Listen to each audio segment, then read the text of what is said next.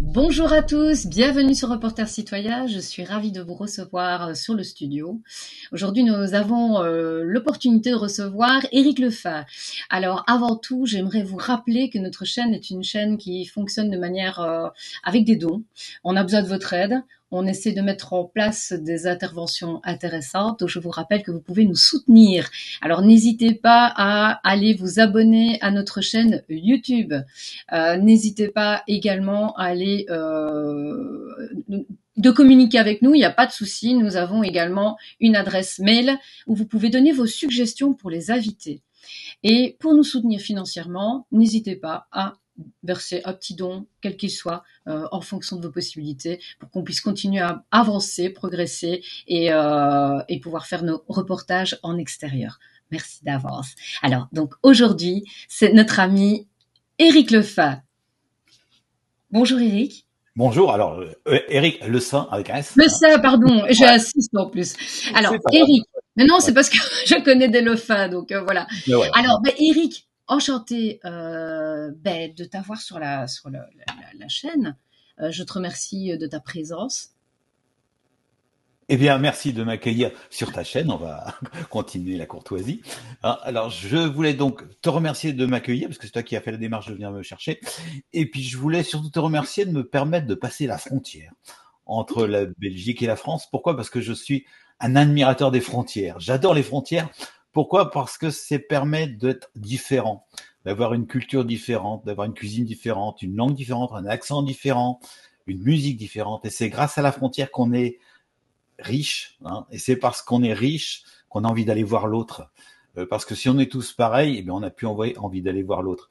Et je suis donc un admirateur des frontières parce que je suis humaniste et les frontières, ça me donne une personnalité et une possibilité d'aller échanger avec l'autre, contrairement à ce qu'on dit. Donc la frontière n'est pas d'extrême droite, mais elle est justement humaniste. Je suis complètement d'accord. Protéger sa culture. Alors, est-ce qu'on doit vivre sur la planète n'importe où? Est-ce qu'on doit respecter nos frontières? Alors, je pense qu'on doit pouvoir vivre n'importe où sur la Terre, mais par envie, pas par dépit. Alors, par exemple, toi, si tu es dans un appartement, qu'on t'enlève de ton appartement pour te mettre par dépit dans un autre appartement, eh bien, déjà, tu vas être triste de quitter ton appartement et tu vas arriver dans un endroit qui va pas te plaire. Donc, tu vas vouloir le changer. Alors que si tu arrives par envie dans un nouvel appartement, tu vas être contente de l'ambiance de cet appartement. Et avec les étrangers, c'est pareil. S'ils viennent par dépit, déjà ils vont être tristes de quitter leur pays, ils ont envie de changer le pays où ils arrivent parce qu'ils s'y plaisent pas. Alors que s'ils viennent par envie, ils viendront simplement parce qu'ils partagent toutes les coutumes du pays. Donc voilà, les frontières, il faut en faire et il faut que les gens puissent circuler sur cette terre par envie et pas par dépit. Ouais, et je veux simplement dire que les mondialistes aujourd'hui, leur but, c'est justement qu'il n'y ait plus de frontières et que les gens viennent dans tous les pays par dépit pour justement casser la cohésion entre tous les humains. Donc vive les frontières et vive, ça doit faire rêver et il faut tout faire pour que les gens viennent par envie sur cette terre. Voilà, c'est ce que je voulais faire au début. Parce que moi j'aime bien faire rêver. Moi je suis d'abord un artiste. J'aime bien faire rêver et la frontière doit faire rêver, contrairement à ce qu'on nous dit. À chaque fois qu'on nous dit quelque chose, en général, il faut penser l'inverse. Voilà. À l'heure actuelle, c'est vrai qu'on est dans un monde inversé, donc. Voilà, donc des valeurs inversées et puis après on te fait croire que c'est toi qui ne pense pas de manière correcte. Hein. On voit avec l'effet du wokisme. Le wokisme, on met les minorités en avant et qu'on oublie que ça reste quelque chose d'exceptionnel ou de hors norme. Donc, voilà. On est d'accord, on est même plus dans des minorités, on est dans des micro-minorités. Oui. C'est ça qui est grave. Alors, aujourd'hui, moi, je t'ai invité déjà pour une première chose parce que tu es un spécialiste, en fait, des pyramides. Alors, je travaille depuis très très longtemps. Je suis passionné, je suis un artiste très curieux. Dès mon plus jeune âge, j'étais passionné par les pyramides et les mystères de ce monde. Donc, j'ai essayé de comprendre plein de choses sur les pyramides et ce que je peux faire, c'est-à-dire d'une analyse cadastrale avec des plans, hein, parce que c'est pas forcément facile d'aller en Égypte, prendre des cotes et il y a des endroits interdits et puis il faut du temps. Donc moi j'ai travaillé sur des plans pour essayer de comprendre comment on a pu implanter la pyramide. On va en parler tout à l'heure, mais ça va être une exclusivité parce que c'est l'aboutissement de mes travaux. Et moi, je vais parler de manière rationnelle parce que les archéologues sont complètement irrationnels. Et vous allez voir qu'avec de la rationalité, eh bien, on peut renverser la table et vous allez voir que tout ce qu'on vous raconte sur les pyramides, eh bien, c'est faux. Grâce simplement à la géométrie, pas forcément sacrée, hein, la géométrie pure, et puis la mathématique. Mais c'est très simple, hein, il n'y a pas besoin n'ayez pas peur de ce mot mathématique. Moi, je suis un littéraire, donc j'ai réussi quand même à être pédagogue. J'adore la pédagogie, donc vous allez voir, ça va pas faire peur. Donc, je vais vous expliquer en exclusivité un des secrets des pyramides, vous allez voir, ça décoiffe. Voilà, autrement, ben oui, je suis un artiste, et puis avec ces pyramides, j'étais beaucoup attaqué, menace de mort, ça va très très loin, parce que c'est un Graal, et il faut pas toucher, c'est sacré, des pyramides. Donc j'ai été relativement souvent attaqué, et j'ai appris justement à ne plus être sur la défensive. Faut jamais être sur la défensive, parce qu'on perd toute son énergie à se défendre. Alors moi, je fais des parodies sur ma chaîne, contre ceux qui m'attaquent, et puis j'essaye aussi de trouver eh bien des solutions pour justement que ça soit l'autre qui soit obligé de se défendre. Par exemple, je suis complotiste, je l'affirme. Les gens ont peur d'être complotistes, moi je l'affirme. Pourquoi? Parce que ce mot complotiste, il est extraordinaire, c'est qu'il a quasiment pas de définition. Vous demandez à 10 personnes différentes ce que c'est le complotisme, il n'y a pas de réponse. Alors je vais vous donner la définition du complotiste. Pourquoi je suis complotiste? Un complotiste, c'est celui qui croit que ceux qui ont le pouvoir sont prêts à tout pour le garder, y compris faire des coups d'État. Hein, par exemple, quand on a voulu installer des vraies démocraties, par exemple au Chili avec Allende ou avec Sankara au Burkina Faso, eh bien les fausses démocraties comme la France ou les États-Unis ont renversé les gouvernements élus pour mettre des dictateurs à la place. Comme on a mis Pinochet, Compaoré, et tous les pays où on a mis des dictatures, c'est les fausses démocraties, comme la France, l'Occident, les Amériques, qui mettent des dictateurs en place. Hein. Oui, il faut comprendre que la République a horreur de la vraie démocratie. Exactement. Alors, il faut bien comprendre, voilà, que les complotistes, c'est ceux qui croient qu'il y a des coups d'État, des guerres, comme à l'Irak, avec des fake news en disant qu'il y a des armes de destruction massive. Voilà, dans tout le monde entier, eh bien, on a vu que ceux qui ont le pouvoir sont prêts à tout pour le garder. On est capable aujourd'hui quand même de spéculer sur du blé ou du cacao pour gagner du fric et tuer des millions de personnes. La PAC, par exemple, on est prêt. En France, il y a quand même 2 agriculteurs qui meurent tous les ans, tous les jours, je veux dire, toutes les semaines, parce qu'on a essayé de gagner du fric avec l'agriculture. Et on n'en a rien à fiche qu'il y a plus de 600, 700 agriculteurs qui meurent, qui se suicident tous les ans. Tout ça, pour moi, ça c'est du complotisme. C'est de croire que ces gens-là savent ce qu'ils font. Et tout ça pour du fric et du pouvoir. Voilà, c'est ça que je voulais dire. Je suis complotiste, faut être fier d'être complotiste. Exactement, c'est en fait avoir du discernement et parfois être visionnaire parce qu'on a déjà un petit peu analysé les informations en se prenant de la hauteur et on se rend compte effectivement qu'il y a toute une manipulation derrière qui n'est pas pour le bien commun et qui n'est pas pour mettre le vivant au centre d'intérêt mais plutôt un intérêt financier. Hein. On est l'humanisme contre le mondialisme, hein, finalement. Hein. C'est soit l'humain au centre des choses, ou alors c'est soit l'argent au centre des choses.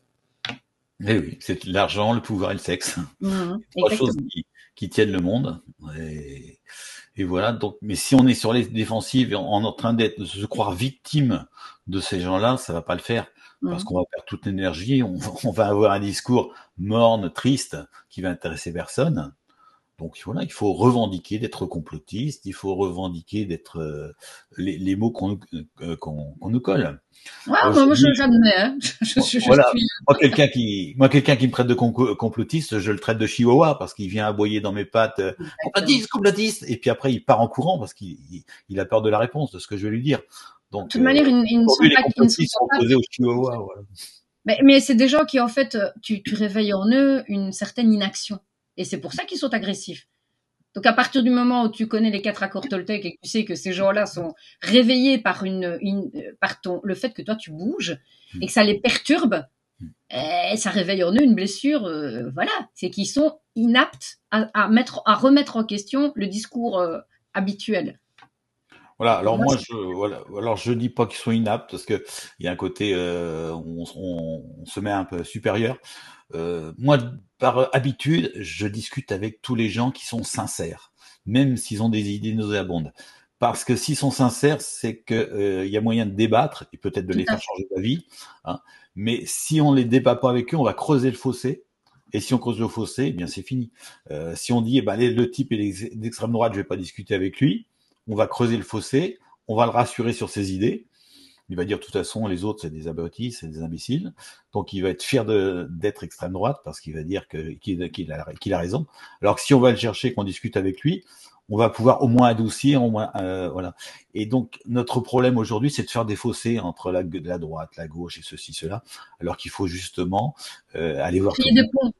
et discuter parce qu'il y a pas d'ennemis dans la sincérité. Il y a Mmh. des ennemis dans l'opportunisme, mais pas dans la sincérité. Exactement, exactement. Et puis, de toute manière, il n'y a pas une vérité absolue. Il y a une perception d'une réalité. En fait, on a tous notre vécu, nos blessures, notre filtre de perception qui est différent, tout Voilà. simplement. Ce qui est important, c'est la sincérité, c'est pas la vérité. Exactement. Hein, Ah, voilà. j'aime bien ton discours. Allez, Voilà. Voilà. t'es le bienvenu sur la chaîne. Voilà. Et puis donc, avant de parler de toutes ces pyramides, alors j'ai pris des petites notes de ce que je voulais dire. Oui, Oui, parce qu'il faut savoir que tu voulais vraiment dire certaines choses qui te tenaient à cœur. ouais, Je ouais, trouve que parce c'est que très important parce que il faut profiter effectivement de pouvoir partager, et c'est un peu le but de l'émission, hein, c'est de pouvoir partager des idées de gens qui sont avec une certaine ouverture d'esprit, qui ne peuvent pas toujours s'exprimer partout parce que justement ils font peur par leur sincérité, alors évidemment. moi je fais pas peur parce que j'essaie de prendre à la rigolade, à la Mm. parodie, hein, et d'avoir un discours positif et qui fait rêver. Par exemple, j'ai voulu alors ce que je voulais dire, c'est que je m'intéresse à la société parce que j'ai un groupe de musique aussi qui s'appelle Chiki Chik qu'on trouvait sur le net, où justement je décris un petit peu ce monde, je décris les gens que je croise, j'essaie de faire sur des rythmes latinos des choses, des textes assez forts, et j'ai aussi voulu écrire un livre sur le racisme parce que le racisme il a jamais été abordé tel qu'il doit être abordé. Et Et attends, on pourtant, va mettre quand même déjà la photo de ton livre, hein, ouais, comme ça voilà. on peut voir un petit peu. Hop, pour voir comment on peut l'avoir ce livre. On peut le trouver Eh partout dans bien, les faut me contacter parce qu'il est plus en librairie parce que j'ai un contrat de 3 ans avec l'éditeur. Donc, D'accord. et puis je voudrais le refaire. Il y a des choses qui, depuis le Covid et tout, il y a plein de choses et puis Il d'autres faut idées. rajouter. Ouais, donc je voudrais le remodifier, mais de toute façon, il me reste quelques-uns à la maison, donc on peut me contacter. Ok, super. Et je voulais, avec une métaphore, vous allez tous comprendre ce que c'est que le racisme. Je vais vous expliquer. Alors, quand je fais une conférence, je commence toujours à demander aux gens s'ils ont discuté avec leurs voisins, si ils ont trouvé leurs voisins sympathiques, s'ils ont souri à leurs voisins. Et les gens me regardent un peu étonnés de ma question. Et je leur dis tout de suite, eh bien, si vous avez discuté avec vos voisins, vous l'avez trouvé sympathique, c'est grâce à la chaise sur laquelle vous êtes assis. Je leur demande de bien regarder la chaise. Et là, je leur dis, mais non, votre chaise, elle n'est pas magique. Mais l'organisateur, il a une idée géniale, c'est qu'il a mis plus de chaises que de participants. Donc vous êtes arrivé zen avec le sourire, vous saviez que vous alliez vous asseoir. Mais imaginons que l'organisateur il ait décidé de mettre toujours moins de chaises que de participants. Si vous le savez, que si vous êtes un peu en retard, vous allez être à cran. Vous allez engueuler de votre famille parce qu'il va falloir faire vite. Vous allez rouler vite, faire quelques doigts d'honneur. Vous allez arriver dans la salle, vous allez commencer à bousculer les gens. On va commencer à vous détester et vous allez commencer à détester les gens. Et au moment où vous allez vous asseoir, eh bien, un type qui veut prendre votre place, en plus c'est un noir. Et là, tout de suite, dans votre tête, vous avez un raccourci. Vous allez dire, voilà, si je suis pas assis, c'est à cause d'un noir. Et peut-être qu'en plus qu'il est chômeur, donc on va se dire, bah voilà, de toute façon, lui, il a du temps, il peut partir avant les autres, donc j'ai hors des noirs, j'ai hors des chômeurs, etc., etc. Et pourquoi je vous dis ça? C'est parce que c'est comme ça que fonctionne le capitalisme. Le but du capitalisme, c'est de mettre le moins de chaises possible. Dans le capitalisme, il doit toujours y avoir moins de chaises que d'humains, parce qu'autrement, ça marche pas. Donc, c'est-à-dire que l'humain, il est toujours en compétition pour avoir un appartement, pour avoir un boulot. L'autre est toujours un ennemi. Il faut pas chercher ailleurs les problèmes de notre société, de délinquance, de violence, de racisme, que dans le fait qu'on soit toujours mis en concurrence avec l'autre et qu'on nous apprend que l'autre est constamment un ennemi.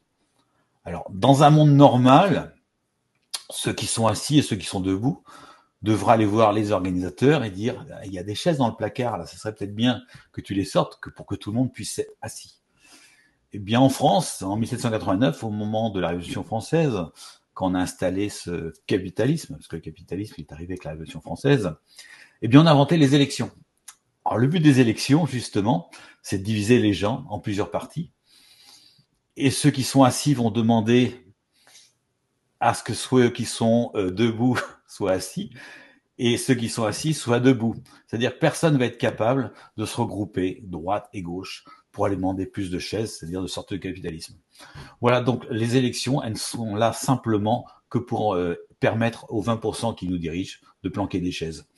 Alors un jour, il va falloir comprendre qu'il va falloir se mettre droite et gauche tous ensemble pour demander des chaises, c'est-à-dire de changer ce monde et d'arrêter d'aller agresser l'autre parti parce qu'il est pas d'accord avec soi.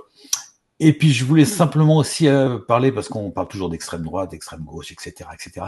Ça n'existe pas. Alors je vais vous prouver que ça n'existe pas.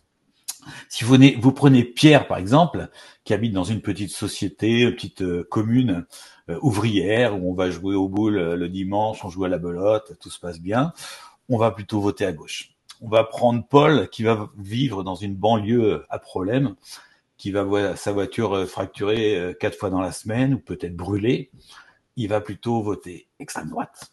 C'est logique. Mais si on inverse l'habitat de Pierre et de Paul, on va inverser aussi leur vote. Donc, c'est simplement le fait d'habiter dans un lieu qui fait que vous allez peut-être être anti-ceci ou pro-cela, peu importe. Mais l'extrême droite, l'extrême gauche, ça n'existe pas. Les gens veulent vivre dignement de leur travail. Et c'est simplement l'endroit où ils vivent qui fait le vote. Et si on arrive justement à faire du partage, puis on s'en foutra des élections. On en avait simplement de s'amuser. Donc voilà, allez voir l'extrême droite, allez voir l'extrême gauche, etc. Essayez de créer un lien pour se sortir de ce système capitaliste qui va vous détruire. C'est inéluctable. Si on continue dans le système capitaliste, vous serez de plus en plus en concurrence et la société va disparaître. Yes. Voilà. C'est bien, mais il faut pouvoir faire passer certains messages qui tiennent à cœur. Puis bon, c'est toujours frustrant parce qu'on n'a pas toujours l'opportunité de pouvoir s'exprimer librement. Mais bon, toi, si tu le fais par la musique et par l'humour, c'est déjà une très très bonne chose. Et puis souvent, les choses passent beaucoup mieux quand on le fait avec douceur que quand on va directement contrecarrer et toujours dans le conflit. Les conflits, ça sert à rien. Hein. Je prends toujours l'exemple. Tu sais, moi, bon, voilà, j'ai été, qu'est-ce que tu veux, c'était comme ça. J'ai été 10 ans témoin de Jéhovah. Et à l'époque, on allait sonner aux portes.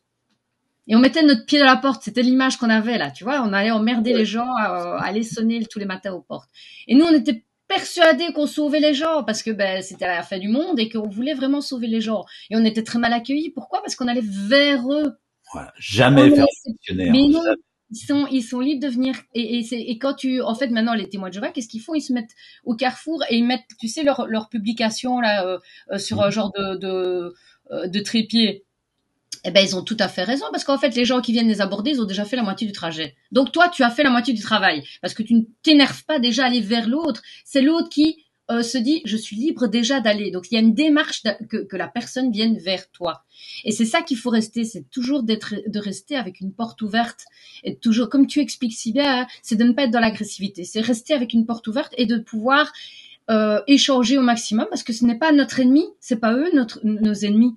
C'est pas eux, en fait, au final. Ceux qui sont nos ennemis, c'est ceux qui veulent nous dominer. Et qui veut nous dominer? Ben, les mots sont très, très pesants, puisque c'est le gouvernement politique. On est clair que ces gens-là ne veulent pas notre bien. Donc voilà. Ça, c'était ma petite parenthèse. Mais ce qui est important, c'est de donner un sens à sa vie. Si on va vers les témoins de Jéhovah, c'est pas du tout mon truc, mais si on va vers les témoins de Jéhovah, ou peu importe, et qu'on donne sa vie pour quelque chose qui n'existe pas. Celui qui croit en Dieu, moi je suis spirituel, celui qui croit en Dieu et qui n'existe pas, mais qu'il a donné toute sa vie pour Dieu et que ça lui a donné un sens à sa vie, c'est génial. Un placebo. Voilà, mais c'est pas grave. C'est génial d'être heureux toute sa vie. Parce que si on nous empêche de croire à un truc, même si c'est futile et que ça nous rend malheureux, ben je vois pas l'intérêt. Je vois pas vraiment l'intérêt. Donc croyez à tout ce que vous avez envie de croire, aux ovnis, aux témoins de Jéhovah, ou peu importe, si ça donne un sens à votre vie, mais n'imposez pas votre croyance. Chacun va choisir une croyance. Ouais, j'ai envie d'aborder. J'avais pas prévu d'aborder ça, mais ce qui est important, c'est le bonheur. Et j'ai réfléchi à ce que c'était que le bonheur. On s'éloigne des pyramides, mais on revient à la pyramide. Mais on passera aux Voilà. pyramides juste Et après. pour moi, le bonheur, c'est 3 C qui signifie croire, créer, communiquer. Pour être heureux, on a besoin de croire quelque chose, peu importe ce que c'est. Ça peut être une passion, que la cuisine, la musique, peu importe. Ça peut être la foi, ça peut être l'amour, Mmh. l'amitié. On a besoin de croire quelque chose. Ça, c'est important. Après, on a besoin de créer, c'est-à-dire se donner les moyens de réaliser sa passion. C'est-à-dire que le peintre, il va acheter un chevalet, moi, je vais acheter un micro, une guitare. Le pêcheur va acheter un bateau, une canne à pêche. Mais pour avoir ce sentiment de bonheur, il faut communiquer. C'est-à-dire que le peintre, il va avoir besoin d'exposer ses toiles. Moi, je vais avoir besoin de chanter devant un public. Mmh. Et le pêcheur, il va avoir ce sentiment de bonheur, pas quand il va pêcher son poisson, mais quand il va le partager avec ses amis autour du barbecue et puis pouvoir discuter, refaire le monde. Et le bonheur, c'est justement croire, créer, communiquer. Donc croire, créer, ça dépend de moi ou de toi. Et la communication, ça dépend justement de la cohésion tous ensemble. Et il faut absolument, pour donner un sens à sa vie, croire, créer, communiquer. Pour moi, c'est ça la recette du bonheur. Communiquer, c'est même partager, enfin, bêtement, tu vois. Enfin, je veux dire, c'est Communiquer, partager c'est sa passion. communier. Ouais, c'est ça, C'est communier, communier. c'est Voilà, ça, c'est exactement, tout l'origine à du fait. mot. Hein. Communiquer, ouais. Exactement, exactement. Ben voilà, ben écoute, je te laisse continuer. Voilà, c'est ce que je voulais dire. Alors, avant d'aborder les pyramides, je voulais vous donner une autre arme de défense, parce que vous êtes beaucoup attaqués par ce qu'on appelle le fact-checking, les gens qui pensent détenir la vérité, et qui vont en général vous insulter avec des mots étiquettes. Hein, vous avez anti-vax, complotiste, etc., etc. Il faut savoir que tous les fact-checkers, tous ceux qui s'opposent à vous, ne défendent pas des preuves scientifiques, mais défendent des consensus scientifiques. Attention, jamais des preuves. Personne ici, dans les gens qui m'écoutent ou les chercheurs, on va attaquer des preuves scientifiques. Personne ne va remettre en cause, par exemple, la photosynthèse. C'est prouvé. Mais nous, on s'attaque à des consensus. Pourquoi ? Parce qu'un consensus, ça n'a rien de scientifique. Un consensus, c'est une croyance qu'on a transformée en science. Pour faire un consensus, il faut réunir des gens qui sont tous d'accord, on exclut tous les gens qui ne sont pas d'accord, et on décide d'une vérité. Exemple, l'amiante, c'est pas dangereux. Consensus. Le plomb, c'est pas dangereux. Consensus. Le Vioxx, qui a tué 50 000 personnes, c'est pas dangereux. Le vaccin est efficace à 99%. Consensus. Et on voit que tous les consensus tombent au fur et à mesure. Et ces gens-là veulent nous empêcher de nous attaquer au consensus, c'est-à-dire une croyance. Donc quand quelqu'un nous empêche de nous attaquer à une croyance, qui veulent l'imposer, eh bien ça s'appelle une secte, ça s'appelle un gourou. Tous les fact-checkers, les Thomas Durand, Tronchambier, tous ces gens-là qui défendent le consensus, ne sont que des croyants, ne sont que des gourous. Voilà. Et il faut, si quelqu'un vous dit, par exemple, vous mettez en doute le réchauffement climatique, eh bien vous lui demandez si c'est issu d'un consensus ou si c'est issu de preuves. Et là, vous lui demandez c'est quoi un consensus. Il faut ne pas être sur la défensive. On vous demande, on vous dit quelque chose, on vous amène un élément pour savoir si c'est scientifique, pour savoir si c'est une preuve ou un consensus. Si c'est un consensus, ce n'est pas scientifique. Parce que tous les consensus, en général, sont tombés. Pour les scientifiques du 19e siècle, un avion ne pouvait pas voler parce qu'il était plus lourd que l'air. Bien sûr, l'avion vole. Et tous les consensus sont tombés. Donc, à chaque fois qu'on vous dit une vérité, entre guillemets, demandez si c'est une preuve ou un consensus. Ah, moi, je trouve que c'est très rassurant parce que comme tu vas nous parler maintenant des pyramides, ça va être... donc, ça doit être des preuves. Alors, je vais ni amener des preuves, ni amener un consensus. C'est-à-dire, je vais partir de la méthode empirique et la méthode statistique, surtout.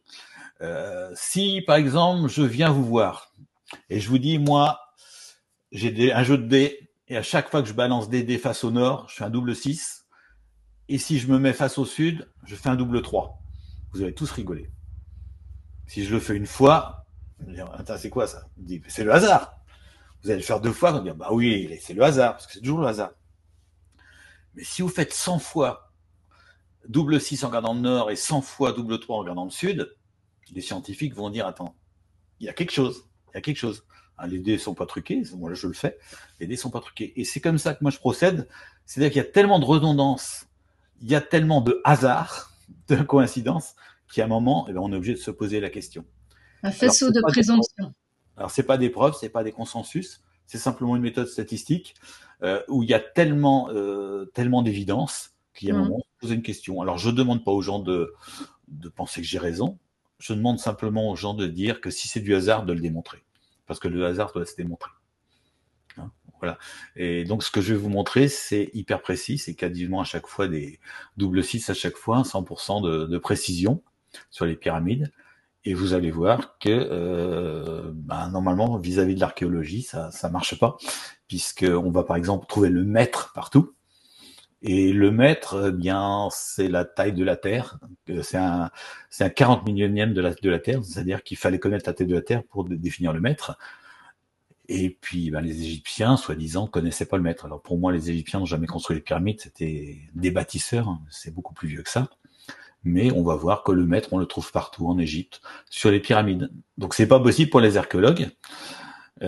Qui vous racontent n'importe quoi, puisqu'ils vous disent que le mètre a été donc trouvé en 1794, quand on a mesuré la taille de la Terre au moment de la Révolution française, alors que à l'Observatoire de Paris, on vous dit que le mètre, ça vient de l'abbé Lacaille en 1730 ou 40. C'est-à-dire que l'abbé Lacaille, où est-ce qu'il a trouvé le mètre, puisqu'il n'a pas mesuré la taille de la Terre, peut-être dans des livres anciens. Et bon, on pourra en discuter de tout ça, mais moi, tout ce qu'on vous raconte, en général, eh bien, c'est caution et il faut justement toujours critiquer ce qu'on vous présente. Donc, on va pouvoir peut-être attaquer les pyramides et puis révéler ce secret. Alors, mon secret, c'est le secret de l'implantation des pyramides. Comment on a choisi leur implantation. Donc, j'aurai un petit PowerPoint à passer, une petite vidéo que je vais couper pour expliquer cette vidéo. Donc, on va prendre notre temps. Oui, oui, enfin, on est entre nous, hein, donc c'est cool. Voilà, mais je pense que ça va intéresser beaucoup de gens parce que d'une manière rationnelle, on va remettre en cause pas mal de choses sur les pyramides. Et j'espère que ça va susciter beaucoup, beaucoup de débats et de partage. Parce que franchement, je suis assez content de ce côté Ah, rationnel, parce qu'on il y a de nous dit toujours qu'on est irrationnel, et vous allez voir, je suis beaucoup plus rationnel que n'importe quel égyptologue. Donc, Alors, si tu veux, pour partager, tu vois, il y a une petite flèche en dessous de l'écran, voilà, je avec vais un mettre écran là, tu vois. Et alors, un tu peux partager ton écran grâce à ça. Alors, quand je vois apparaître ton écran, moi, je peux cliquer dessus pour le alors, faire apparaître. alors, attends, alors, je vais commencer par celui-là. Je sais pas ce que tu vois là. Oui, ok. Attends, hein, je le fais monter à l'écran, parce que moi aussi, je suis pas très technique, hein, faut pas croire. Hop là, hop. Alors, voilà. Alors, je sais pas ce que tu vois là. Alors, moi, je vois ici, les Égyptiens utilisaient la coudée royale. Ouais, mais ça c'est pas. Tu devrais le voir. Attends, je vais. Euh, parce que là, c'est là. Parce que là, tu l'as pas en diaporama. Et Là, je non, vois juste simplement l'image. tu devrais savoir les 7 pyramides d'Égypte. Parce que là, tu as mon PowerPoint détaillé, mais tu as pas le. Non, il faut que tu mettes ton PowerPoint déjà à l'avance et comme ça, il peut circuler.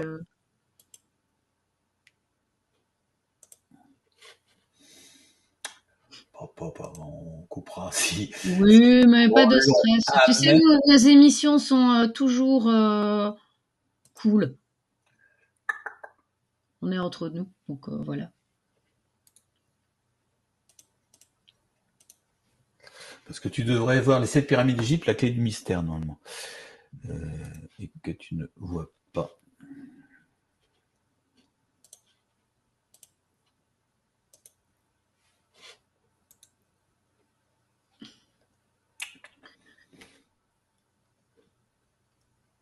arrêter.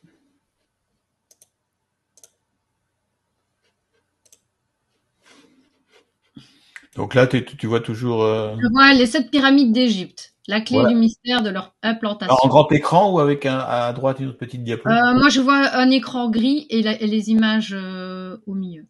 À mon avis, comme dans ton écran d'ordinateur. Et là, tu Ah, vois? c'est plus grand déjà, oui, c'est parfait là. Et oui, c'est bon. D'accord, ok. Bon, et là, ça a changé de diapo. Alors, non, ben non, ça ne change pas de diapo. Ça n'a pas changé de diapo, là. Parce que moi, ça a Non. changé de diapo.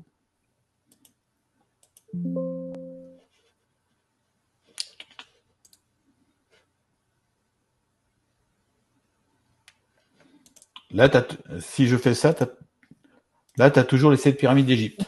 Oui. C'est marrant, parce que moi, ça a changé de diapo. Alors, attends, qu'est-ce qu'on peut faire moi. Je sors.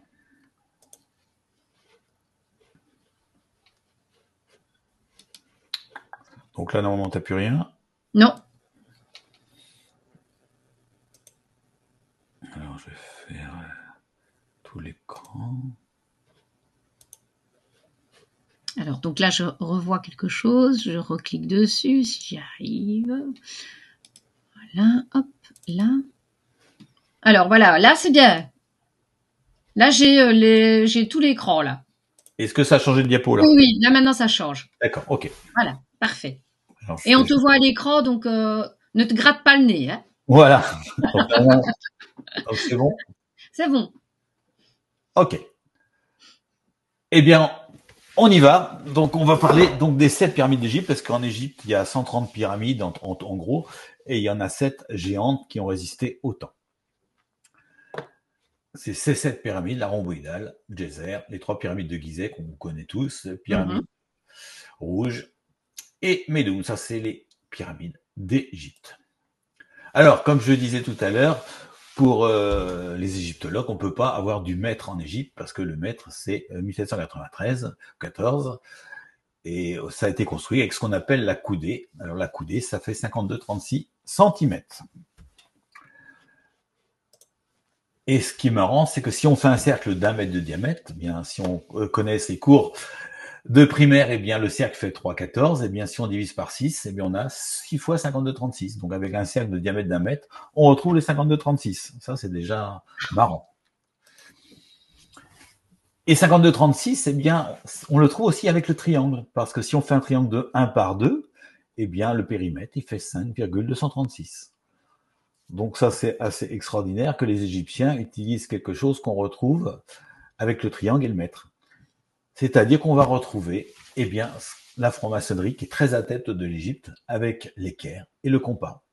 Le 5,236 ou 52,36, c'est ce qui lie pour moi le compas et l'équerre. Donc on retrouve ce côté maçon avec la 52,36, c'est assez passionnant. Et pour moi, 52,36, c'est pas la coudée royale, j'appelle ça le paquer, c'est-à-dire le mélange du compas et de l'équerre. Alors, on va utiliser quelques constantes mathématiques, n'ayez pas peur, vous les connaissez. Donc, pi, Pythagore pour le cercle. Et on va utiliser un nombre assez particulier qui est le nombre d'or, qui est 1,618. Alors, le nombre d'or, c'est un nombre qui a des propriétés mathématiques, géométriques, mais c'est surtout, c'est un chiffre que vous trouvez partout dans la nature. Toute la nature est mathématique. Vous le retrouvez dans la coquille d'escargot avec ce qu'on appelle la suite de Fibonacci. Vous le retrouvez dans les fleurs. Il faut savoir que vous le retrouvez partout. Dans le corps humain, vous le trouvez aussi parce qu'on est tout en rapport. L'homme de Vitruve, on est tout en rapport avec cette proportion de 1,618. Vous prenez votre menton ici, il est 1,618 plus grand que ici. Vous avez 1 sur les phalanges des doigts. Partout, c'est pareil. Donc, c'est un chiffre assez particulier, le 1,618, qu'on va retrouver partout. Retenez simplement que c'est un nombre particulier. Après, vous irez sur Internet, sur YouTube, regardez ce que c'est que ce chiffre, pourquoi il est particulier. Il y a une très bonne vidéo de Walt Disney qui dure 10 minutes, qui explique ce que c'est que le nombre d'or. C'est assez particulier. D'accord. Mais donc, retenez que le nombre d'or, c'est un chiffre qu'on retrouve partout dans l'univers, parce que l'univers est mathématique. Donc, il a son inverse, 0,618. Et ma spécificité, Et vous allez voir, c'est complètement fou ce truc, ce que je vais vous montrer. Mes spécificités, c'est de penser qu'il y a d'autres chiffres, entre guillemets magiques, des chiffres sacrés, qui sont les caractéristiques de la Terre et de la Lune. Je vais vous montrer des choses assez incroyables que j'ai trouvées. Vous prenez la Lune, vous prenez le diamètre de la Lune et vous l'additionnez au diamètre de la Terre. Donc, la Terre fait 12 714 au pôle et la Lune fait 3 474. Et ben, si vous additionnez les deux, vous avez le nombre d'or. La Terre plus la Lune, ça fait le nombre d'or. Pour soi-disant un astéroïde qui est venu comme ça par hasard autour de la Terre tourner, eh bien, c'est assez fabuleux qu'on a réussi à avoir les nombres d'or. Mais c'est pas fini, vous allez voir, c'est encore beaucoup plus fou. Regardez ça. Je prends la Terre. Je la mets dans un carré. Donc la Terre, on a dit 12 714 pour son diamètre au pôle, mais le diamètre moyen, c'est 12 742. Donc le côté du carré, eh bien c'est le diamètre de la Terre, 12 742. Le périmètre, c'est 4 fois 12 742. Ce qui va nous faire ici, sur la droite, si je la déplie, le périmètre du carré, c'est 50 968 km. C'est le carré qui contient la Terre. Et la Terre, elle fait 40 046. Donc je déploie ici la circonférence de la Terre sur une droite. Et je vais soustraire les deux pour savoir la différence entre le carré et la Terre en longueur. Eh bien, j'ai exactement 10 922 km. C'est la différence entre le carré et le cercle. Et 10 922, bien, ça serait ce cercle-là. Eh bien, ce cercle-là, vous allez voir à quoi ça correspond. Exactement la taille de la Lune. Donc le carré qui contient la Terre et la Lune. Et là, précision 100%. Vous allez trouver 10 921 et quelques sur Google, sur Wikipédia, 10 921, 10 922. On va pas chipoter pour 1 kilomètre. Voilà. Et ça, c'est complètement fou. Et ça, on va nous dire que c'est le bazar. C'est pas fini. Si on prend la Lune, sa circonférence 10 922, qu'on le multiplie par 12 742, donc le diamètre de la Terre divisé par 100, eh bien, j'obtiens le diamètre du Soleil. Voilà. Alors ça, c'est les choses irrationnelles, mais après, c'est la notion du hasard. Est-ce que c'est du hasard? Est-ce que c'est pas du hasard? Celui qui dit que c'est du hasard, il doit le calculer. Et ça, c'est des trucs que j'ai découverts qui sont complètement fous. Et tous ces chiffres-là, vous pouvez les vérifier sur Wikipédia ou autre source. Alors, qu'est-ce qui peut nous faire douter de l'égyptologie? Il y a plein de choses. Déjà, la présence du maître. Si on trouve le maître partout, ça veut dire que ceux qui ont construit les pyramides, eh bien, connaissaient la taille de la Terre, puisque la Terre, je rappelle, le mètre, c'est 1/40 millionième de la circonférence de la Terre. Alors, ce qui peut nous faire douter aussi, c'est qu'on nous dit que c'est des statues de Ramsès. Il y a partout des statues de Ramsès, vous voyez. Et puis, quand on a donc trouvé la momie de Ramsès, eh bien, ça ressemblait à ça. C'est pas beaucoup ressemblant. Alors, j'aimerais bien avoir des explications des archéologues pourquoi la momie de Ramsès n'a rien à voir avec les statues de Ramsès qu'on nous présente. Ce qui peut faire douter aussi, c'est cette ligne rouge. Alors, c'est quoi cette ligne rouge? C'est une ligne imaginaire qui représente la distance qu'on pourrait faire avec les pierres des pyramides, les 7 pyramides, si on faisait un mur de 1 mètre sur 1 mètre. C'est-à-dire que si on faisait un mur d'1 mètre sur 1 mètre avec les 7 pyramides, on ferait une ligne qui partirait de l'Alaska jusqu'au Pérou, qui fait à peu près 13 000 km. Et ça, ils ont fait ça en 250 ans, les bâtisseurs des pyramides. Avec 7 pyramides, ils auraient pu faire un mur de 13 000 km, de 1 mètre sur 1 mètre. Donc 250 ans. Alors, ce qui peut faire douter aussi, c'est que moi, j'ai fait beaucoup de bateaux. Et ça, c'est tous les bateaux égyptiens. Vous voyez, c'est des bananes. C'est pas des bateaux, c'est des bananes. Ils ont très peu de surface au niveau de ce qu'on appelle la longueur de flottaison. À l'endroit où le bateau touche l'eau, vous voyez, le bateau est pas très long. Il est très long beaucoup au-dessus.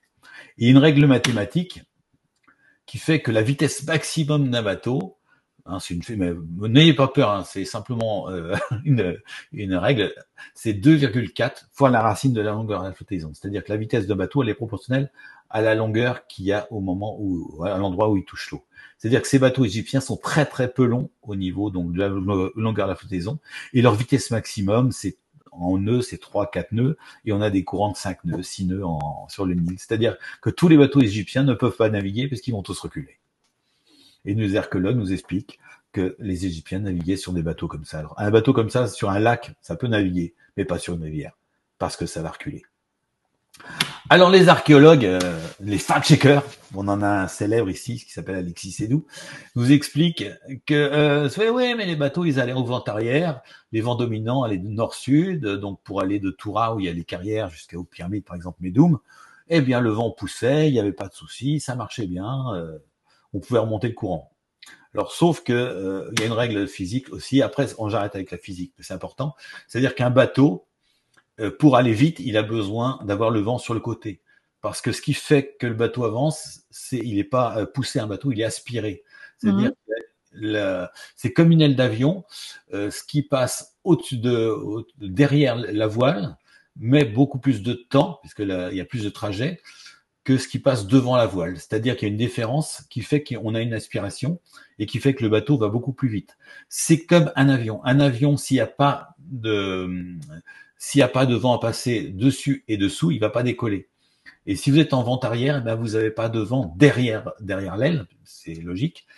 Donc un avion, s'il avait du vent que sur dessus et pas dessous, il peut pas décoller. Donc un bateau qui est vent arrière ne peut pas avancer ou très très peu vite. C'est pour ça qu'on met ce qu'on appelle des spinnaker. Donc les bateaux en Égypte, tout ce qu'on nous explique, ne peuvent pas naviguer, ne peuvent pas transporter des cailloux. C'est impossible. Et tout ça, c'est des règles de physique. Tout ce que nous raconte l'archéologie, l'égyptologie, c'est complètement irrationnel parce que ces gens-là ignorent la reproductibilité, c'est la base de la science physique, ne font jamais de reproductibilité, de production de ce qui nous avance ou de ce qu'ils voient sur des fresques ou sur des papyrus. Alors, si vous êtes prêts, on va partir pour l'Égypte et on va aller voir cette implantation des pyramides. Je vais vous révéler ce petit secret de construction des pyramides. Donc, vous voyez déjà qu'il y a beaucoup de choses irrationnelles dans l'égyptologie. Donc, je vais partir sur une petite vidéo. Je vais changer mon partage d'écran. Donc, on peut arrêter si tu as des petites questions à poser. Ah ben, écoute, déjà, c'est super surprenant, évidemment. Mais comment tu pourrais, est-ce qu'on pourrait justifier justement ces mesures entre la Terre, la Lune, que ce serait une fabrication intelligente? Alors, donc, ça veut dire que je suis désolée, hein, mais bon, voilà, moi, je suis extrêmement croyante. Alors, je n'ai pas de religion, mais je suis extrêmement croyante. Et là, tu me donnes de l'eau à mon moulin. Parce que je me suis rendu compte qu'il y a beaucoup de scientifiques qui ont cherché à discréditer, je vais dire, la nature de quelque chose de plus grand, qui serait plus intelligent et qui serait plus, enfin, voilà, une structure plus grande et qui aurait organisé ce que nous avons comme univers. Et là, en fait, tu prouves quand même qu'il y a quelque chose de réfléchi dans ce qui a été fait. Ce que je montre, c'est que tout est mathématique. Oui. Tout est mathématique. Hein. Et alors, donc, on n'a pas créé la mathématique, elle était déjà là. Les botanistes, montrent que tout est mathématique. La chirurgie esthétique, quand on refait le visage humain, elle respecte la mathématique du corps pour le rendre beau, hein, puisque ce qu'on appelle l'esthétique, c'est aussi le nombre d'or. Hein, ce qui fait qu'un corps est beau, c'est qu'il répond au nombre d'or. Hein, ce que faisaient tous les gens qui faisaient des tableaux à la Renaissance, Léonard de Vinci, tout ça, on respectait le nombre d'or dans les tableaux. Et on le voit que dans l'univers, eh bien, tout est beau déjà. Ouais, c'est ça. C'est un créateur qui a beaucoup de goût, qui a goût de. C'est beau, la nature, elle est magnifique. L'esthétisme. Moi, j'ai demandé à un chat, je lui ai accroché un pinceau à la queue. Je lui ai demandé de refaire la Joconde, il n'a pas réussi. Oh, c'est dommage. Il m'a fait des tâches, voilà. Et la nature, à chaque fois qu'elle fait quelque chose, c'est harmonieux. Et oui. c'est extraordinaire. Mais comment tu peux expliquer que les égyptologues ne veulent absolument pas qu'on ait ce discours-là? Pourquoi ne pas se remettre en question alors qu'on est normalement, bon, ça reste des scientifiques. Et je veux dire, la science n'est quand même pas quelque chose de figé. Logiquement, la science doit évoluer puisque il y a quelques années d'ici, on n'avait que nos yeux pour regarder, puis on a eu des outils tout le temps plus précis, puis on s'est retrouvé avec des microscopes tout le temps plus précis ou des télescopes qui sont tout le temps plus précis. Comment tu expliques qu'en fait, on ne puisse pas remettre en question, je veux dire, comme tu dis, à conscience. Il y a pas mal de choses. Il y a les choses assez objectives. C'est-à-dire que quand tu as fait 7 ans, 8 ans d'études et qu'on te raconte que tout ce que tu as appris, c'est faux, eh bien, c'est compliqué à admettre. Il faut refaire les livres d'histoire. Alors, moi, ce qui m'incite à continuer, c'est que les gens refusent le débat avec moi. Donc, quand un archéologue, un égyptologue ou un fashiqueur refuse le débat, c'est qu'il a peur de perdre. Oui. Et voilà, moi j'ai demandé plein de débats, tout le monde a peur de débat. Donc c'est pour ça que je pense que ces gens-là sont en dissonance cognitive et donc ils ont peur de l'inconfort de la question. Mhm. Et une autre chose aussi, l'Égypte, c'est assez particulier. Parce qu'on s'est aperçu que les mondialistes, tous ces gens-là, sont très sensibles à l'Égypte. Ils veulent tous leur obélisque. À Washington, à Paris, tout le monde veut son obélisque. Ils veulent tous leurs pyramides. Donc à chaque fois, on fait des pyramides, des obélisques, on les met sur les déclarations des droits de l'homme, on le met sur le billet d'1 $. Et il y a une relation entre ces gens-là qui, en fin de compte, mondialistes, qui sont en fin de compte spirituels entre guillemets, avec leur spiritualité bien à eux. Mais il y a un lien assez particulier, nauséabond parce que caché, entre tous ces gens-là qui arborent partout des pyramides, des obélisques, et qui veulent pas justement nous dire pourquoi. Donc, il cacherait un secret. Moi, je m'en fous de ça. Ce que je vois, c'est que ces gens-là utilisent tous les symboles égyptiens. L'œil d'Horus, la pyramide, C'est l'obélisque. ça, oui. On a toujours transporté Napoléon, tout ça. On se donne beaucoup de moyens. La première chose que George Washington a fait quand il est arrivé pour les États-Unis, c'est construire un obélisque à Washington, devant la Maison Blanche. Mhm. Je vais révéler un truc de complètement fou, c'est que donc Napoléon a fait revenir un obélisque qui a été monté par Louis-Philippe à la Concorde à Paris. Oui, tout à fait. Et donc George Washington, un autre franc-maçon, a construit donc un obélisque à Washington.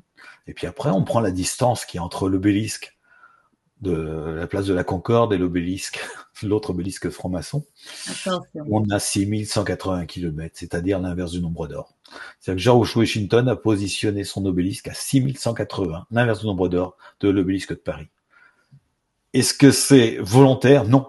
George Washington ne savait pas qu'il. Qu'est-ce que c'est que cette puissance qui a obligé, entre guillemets, George Washington à positionner cet obélisque à 6180 km de l'obélisque de la place de la Donc, Concorde? ce ne serait pas lui qui aurait décidé.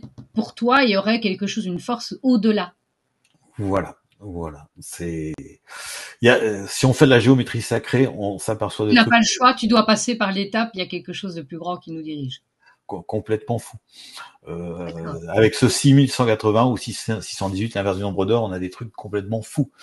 On a une apparition à la Vierge de la Salette, qui est une apparition assez particulière parce que elle explique ce qui se passe aujourd'hui, ce chaos mondial. Elle explique la Vierge de la Salette. Et si on prend la distance entre le sanctuaire de la Salette et la Banque du Vatican, qui a pas mal été avec Hitler à un moment, Mhm. et qui représente quand même le matérialisme, cette Banque du Vatican, on a 618 km, c'est-à-dire toujours cet inverse du nombre d'or. Mais c'est exactement la même distance entre la Vierge de la Salette et le bureau de Christine Lagarde, la BCE, qui 618 km. Désolée. Donc la Oui, Vierge de oui, la mais alors, Salette est ça à voudrait dire quoi? équidistance. Une civilisation.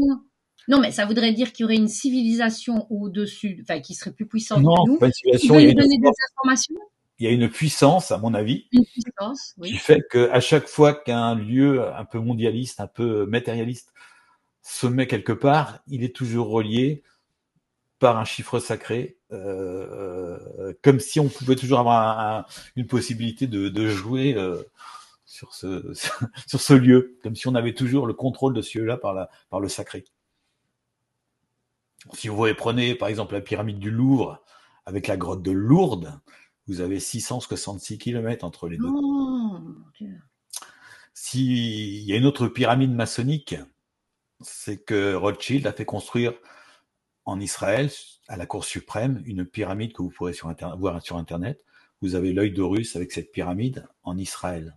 Donc c'est pas la pyramide du Louvre, c'est la pyramide maçonnique de Rothschild en Israël. Aller-retour, grotte de Lourdes, pyramide d'Israël, 6666 km. Donc la grotte de Lourdes, elle est coincée entre la pyramide du Louvre à 666 km et la pyramide de Rothschild avec son œil à 6666 aller-retour. Bon, c'est assez fou. Et il y a plein de choses comme ça. Il y a plein de choses comme ça où on s'aperçoit qu'il y a toujours un lien entre des lieux sacrés. Comme un système de codage. Je sais pas, moi je fais que constater. Oui, oui, mais non, non, bah oui, ça c'est Alors moi, l'esprit scientifique, c'est mon but, mon de but, c'est pas voir. d'être un cuisinier, c'est d'être un agriculteur. J'amène des ingrédients de réflexion.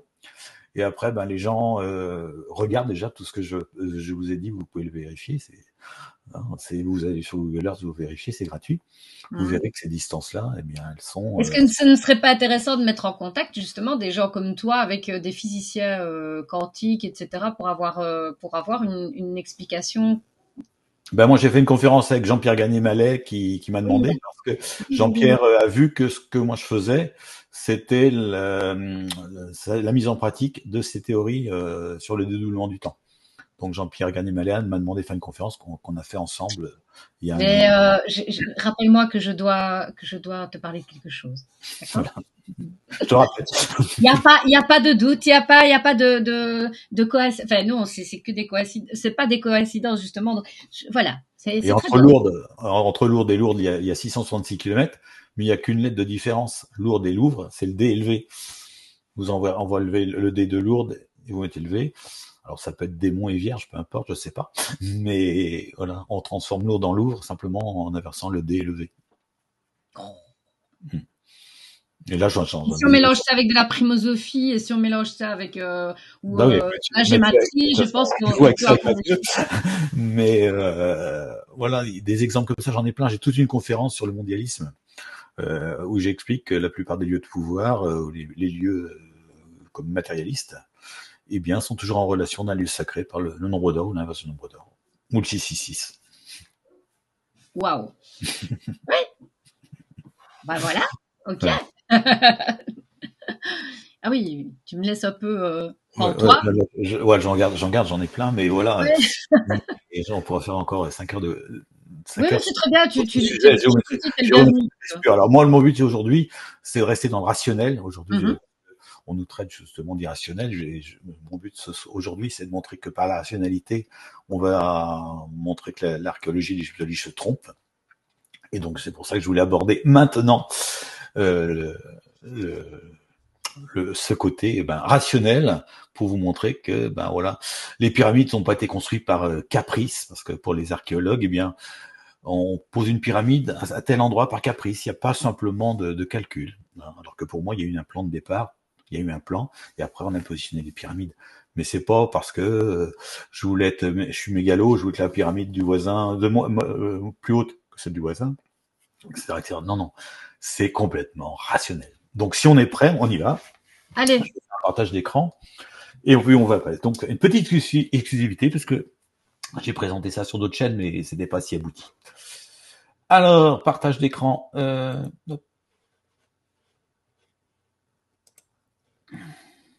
Alors, je ne sais pas ce que tu vois. Alors pour le moment, non. Il faut que tu me partages l'écran avec avec la petite flèche. Ouais. Voilà, parfait. Donc là, c'est bon. Alors, attends, parce qu'il faut que je le mette comme il faut. Alors, Si attends, je veux bien. Voilà. donc, tu as toujours des départs pour l'Égypte. Alors, donc Départ pour l'Égypte. là, je sors là-dedans. Et normalement, Et je vais projeter une petite vidéo qui doit être celle-là. Alors, je pense pas que tu l'as là. non. Voilà. Donc, je vais changer.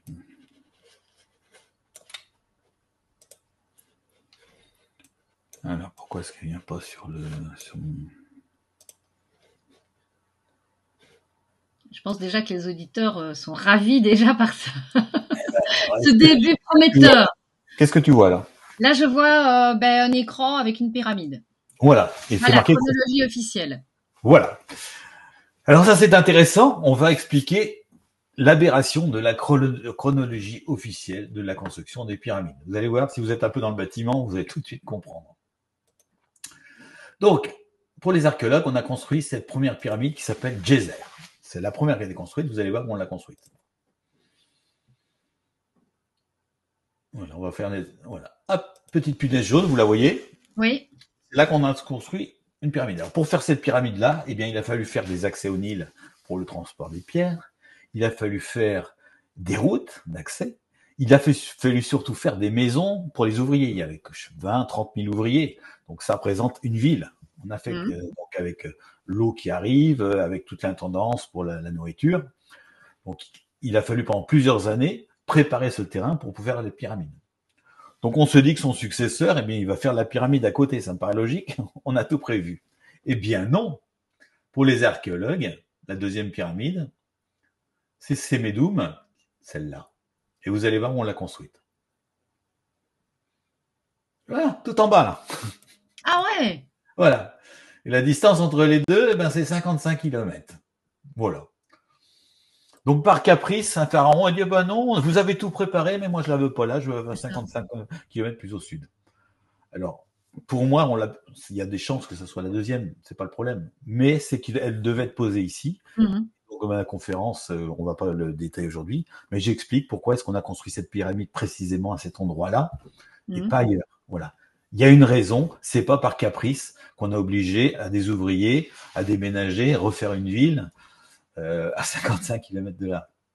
Alors ça, c'est la pyramide Médoum qui a été construite par Snéfrou. Et Snéfrou, eh bien, elle lui a pas plu la pyramide, il a trouvé laide. Donc les archéologues nous expliquent que comme il l'aimait pas, il en a construit une autre. Donc on s'est dit, bah, il va la construire à côté. Bah non. Snéfrou, il a construit la rhomboïdale. Alors donc complètement différent, donc c'est plus la même architecture. Eh bien, il a construit ici, rhomboïdale. Voilà, à 45 km. Il est revenu vers le nord. Bah, oui, mais ce qui est bizarre aussi, c'est pas la même forme. Non, non. Alors déjà au niveau de l'architecture, bah, c'est des calculs. Alors les archéologues nous expliquent qu'il a construit la rhomboïdale à 45 km plus au sud, donc il a fallu déplacer tous les ouvriers, tout le chantier à 45 km. Eh bien, Snéfrou, il a vu la rhomboïdale terminée, et puis il a dit, bah, elle me plaît pas. Je jure, c'est ce que nous disent les archéologues. J'en veux une autre. Donc, eh bien, Snéfrou a fait faire une autre pyramide. On s'est dit, il va la faire à côté. Eh bien, non. Il a fait, c'est celle-là, la pyramide rouge. Encore une autre conception de pyramide. Donc, on n'a pas de base. Hein, voilà. Il l'a fait à 2 km. C'est-à-dire que les ouvriers devaient faire un petit footing tous les matins entre la rhomboïdale et pyramide rouge, parce qu'on pense que les villages ouvriers étaient à côté de la rhomboïdale. Donc, on faisait un petit footing, les 30 000 personnes, pour aller sur le chantier de la pyramide rouge. Voilà. Donc, c'est complètement... Tout ça sur une vie d'un homme? Alors, ouais, donc, en gros, je sais pas, il a régné 50 ans. 50 ans, ils ont réussi à faire 3 pyramides. C'est pas mal. Hein, sans outils. Sans outils. Alors, Snéfrou, quand il est décédé, eh bien, il y a eu ce successeur, Khéops. Alors, Khéops, on aurait pu penser qu'il allait mettre sa pyramide à côté. Bah, bien sûr que non. Il a déplacé tout le chantier. Voilà. Pour se faire sa pyramide, eh bien, encore plus nord, à 20 km ici. Voilà. On a déplacé tout un chantier de 20 km. Ça, c'est l'explication de l'archéologie. Voilà. C'est complètement irrationnel quand on fait du bâtiment de déplacer des chantiers, refaire des ports, des maisons, des routes. La tendance, c'est coulant des villes. Alors, Khéops, vous savez, quand il mouille au Khéops, il y a 3 pyramides, hein, à côté de Khéops. Ben, il y a 2 pyramides, il y a Mykérinos et Képhren. Donc, on s'est dit que son fils allait peut-être la construire à côté. Mais non. Le fils de Khéops, il s'appelait pas Képhren, il s'appelait Djedefré, son premier. Et Djedefré, lui, il est allé faire sa pyramide. Eh bien, encore pas à côté, plus nord encore, à 8 km plus au sud. Alors, j'ai marqué Paris-Lille, non, c'est plus Marseille-Lille, c'est-à-dire qu'il est encore, on est à 700 km des carrières de granit. Voilà. Et il a été construit Djedefré, qui est plus en état. Et puis après, on devient un peu plus raisonnable, puisque là, il a fallu bien sûr refaire des ports, etc. Une fois que Djedefré est mort, son demi-frère qui a pris la succession, qui s'appelait Képhren. Képhren, il est allé à côté de papa. Lui, il s'est pas trop posé de questions. Il est revenu à côté de papa pour poser sa pyramide. Et puis après, il y a eu le fils, alors qui est Mykérinos. Lui, il a fait une petite pyramide parce qu'il n'avait pas les moyens. Alors, Képhren, elle est plus petite, mais elle est plus haute parce qu'il était mégalo, donc il a voulu la faire plus haute que papa. Et puis Mykérinos, il a plus d'argent, donc plan d'austérité. Mykérinos, un peu plus petit. Voilà, il s'appelait pas Macron, Mykérinos. Voilà. Et donc, voilà. Alors moi, je peux pas accepter ça. Je peux pas accepter ça. On construit pas des pyramides comme ça sur 80 km entre le sud, sans raison. Et donc moi, dans ma conférence, le but, c'était de donner la raison pourquoi est-ce qu'on a positionné toutes les pyramides. Alors ça, je ne vais pas vous le révéler, ça va être long. On va simplement aujourd'hui expliquer pourquoi et comment on a positionné les 3 pyramides les plus célèbres qui sont Mykérinos, Képhren et Khéops. Donc il y a 2 choses. Ces choses-là, elles ont été positionnées sur Terre.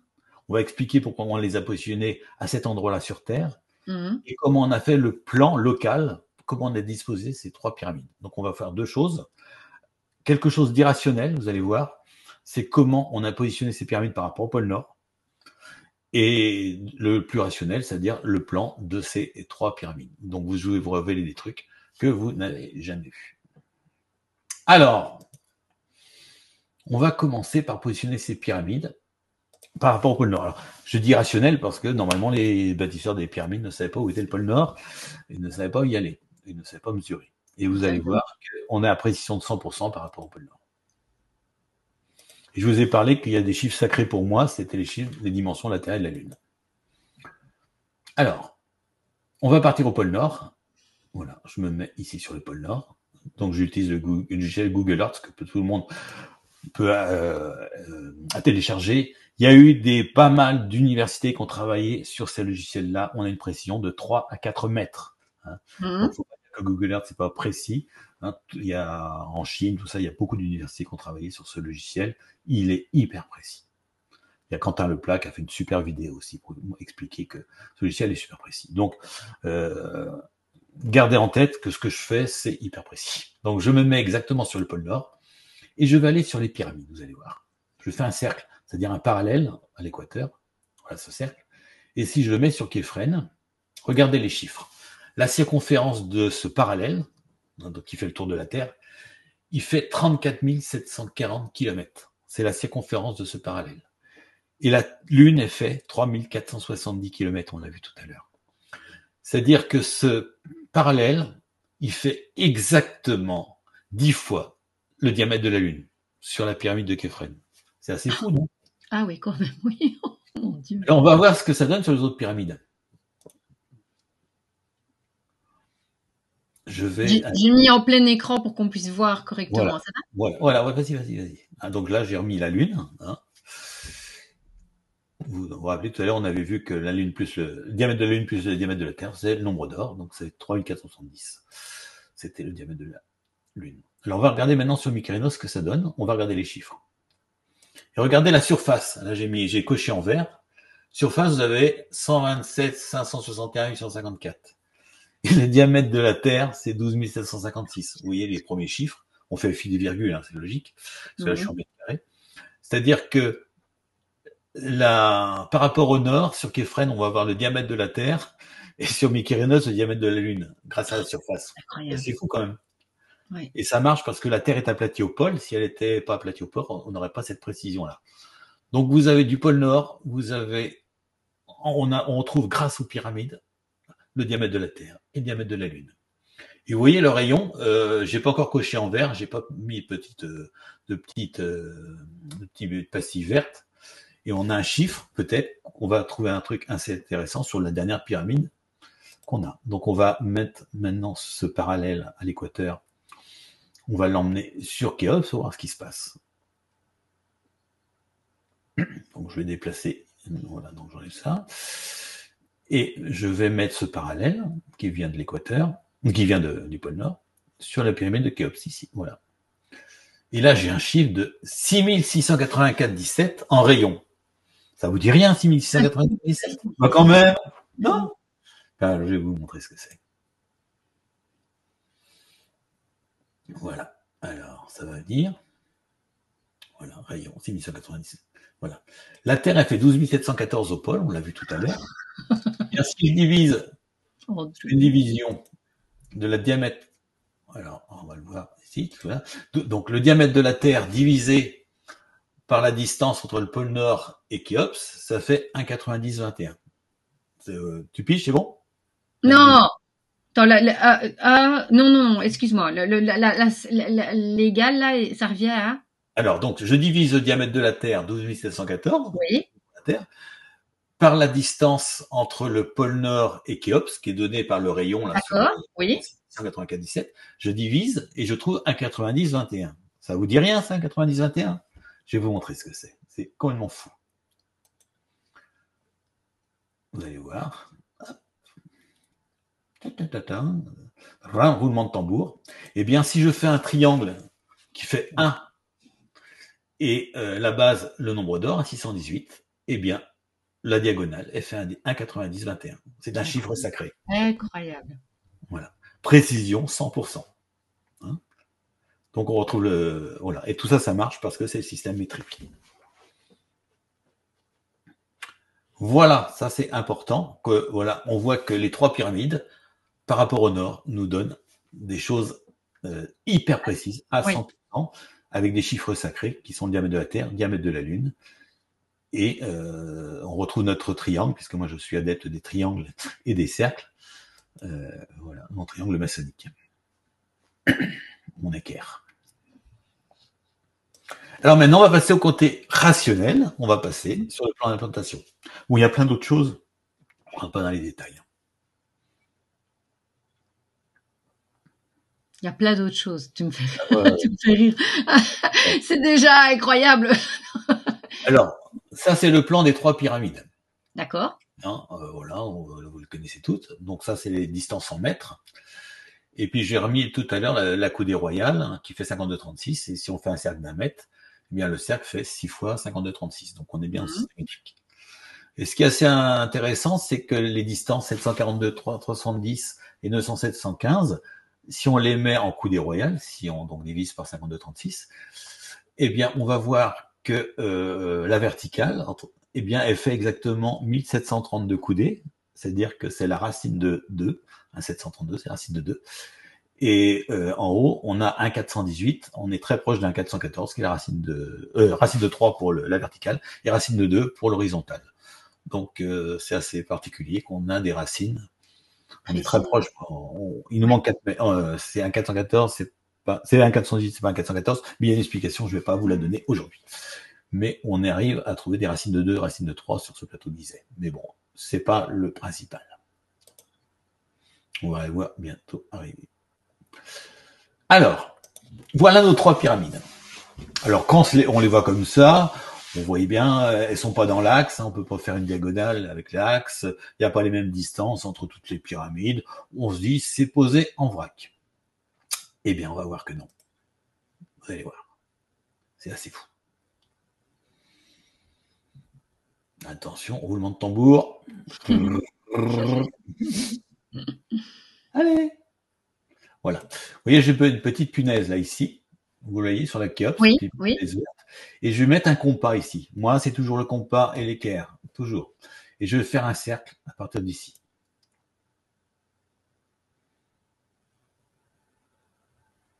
Voilà. Et regardez, quand je fais un cercle comme ça, eh bien, il vient toucher Képhren. Oui, exactement. Et ce cercle, il fait 1618 mètres. Exactement le nombre d'or. Ah! Oh, purée. Donc, on a le nombre d'or, chiffre sacré, et en mètres. Donc, on a bien le mètre. Donc, c'est comme si j'avais mis 2 pyramides côte à côte. Oui, exactement. Voilà. Donc, on a construit les pyramides avec ce qu'on appelle des doubles carrés.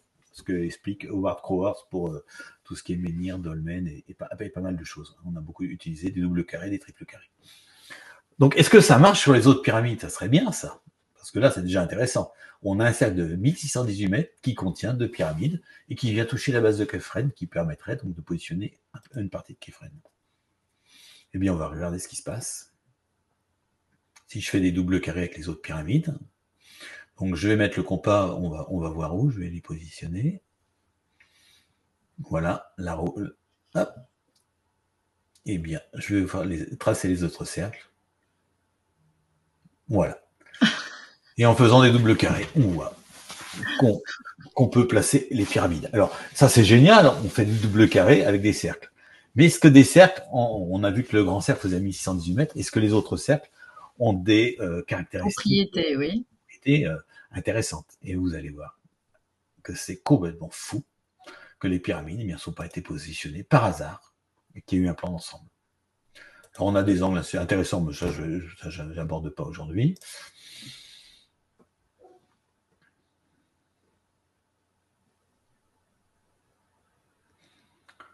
Donc, on va travailler avec les chiffres officiels donnés par les archéologues. Vous allez voir, attention, c'est accessible à tout le monde, ne partez pas.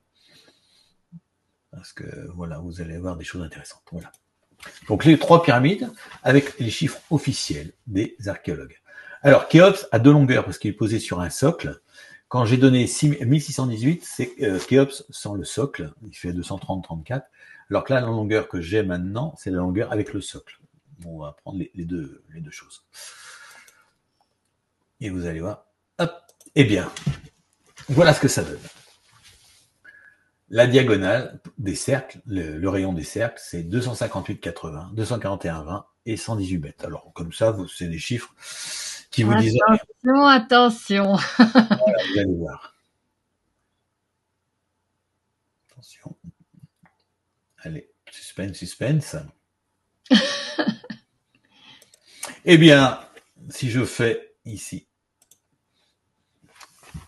Képhren plus Khéops, j'ai exactement 500 mètres. Donc le rayon de Képhren plus le rayon de Mykaios, avec les chiffres officiels, donc le de Petri, les chiffres archéologiques, on a exactement le système métrique. Et 500, c'est pas n'importe quoi, puisque c'est un rayon de 1000 mètres. Et 1000 mètres, ça fait pi pour le cercle, et donc ça fait encore, divisé par 6, ça fait 6 coudées. Enfin, du moins, c'est un peu plus, puisque c'est multiplié par 100. Voilà. Donc on voit qu'on a bien le système métrique en Égypte. Il reste 118. 500 plus 118, ça fait 618, l'inverse du nombre d'or. Incroyable, c'est incroyable. Ouais. Voilà. Et tout ça, ça remet en cause toute l'archéologie. Voilà, 618. Alors, pour moi, les pyramides ont été construites avec des cercles et des triangles, jamais avec des carrés. C'est-à-dire que les côtés des pyramides ne sont que des conséquences de la construction par cercle. Mmh. Pour ça qu'on ne trouve pas de choses intéressantes en prenant les côtés des pyramides, puisque c'est construit par des cercles. C'est les diagonales qui sont intéressants. Voilà, donc je reprends. Et comment arrive-t-il à faire des cercles, je veux dire, aussi précis? Mais comment est-ce qu'ils arrivent à connaître la taille de la Terre déjà? Ben oui, c'est ça. Voilà. Donc je reprends mon 52-36, à quoi il correspond. C'est le lien entre le périmètre, entre le cercle et le triangle. Alors, voilà, on va continuer à filer.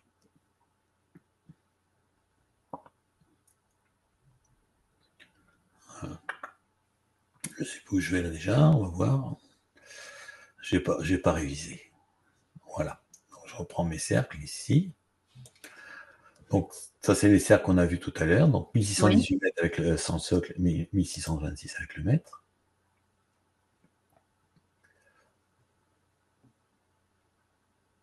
Voilà. Et j'ai mis les petits triangles qui m'ont permis donc de tracer ici ces rayons. On travaille avec des triangles et des cercles comme les francs-maçons. Alors, circonférence de Képhren et Khéops, c'est normal, ça fait pi puisqu'on avait 500 mètres de rayon, donc pas 3,14, ça fait pi. Et vous allez voir, on va jouer avec ces chiffres-là, vous allez voir, c'est assez fou. J'aime bien faire m'amuser avec les chiffres. Circonférence Khéops, Képhren, Mykonos, j'ai les 3 cercles, ça fait 3883,34. Ça vous dit rien, 3883,34. C'est normal. Donc si je divisais par 2,236, alors 2,236 c'est le nombre d'or au carré ou c'est la racine de 5. Eh bien on tombe sur le rayon de la Lune, comme par hasard. Et si je le divise par 24, c'est-à-dire c'était une horloge, 24 heures, eh bien ça fait le nombre d'or. 3883,34, c'est 24 fois le nombre d'or. Bon, tout a été mes micro. C'est hasard.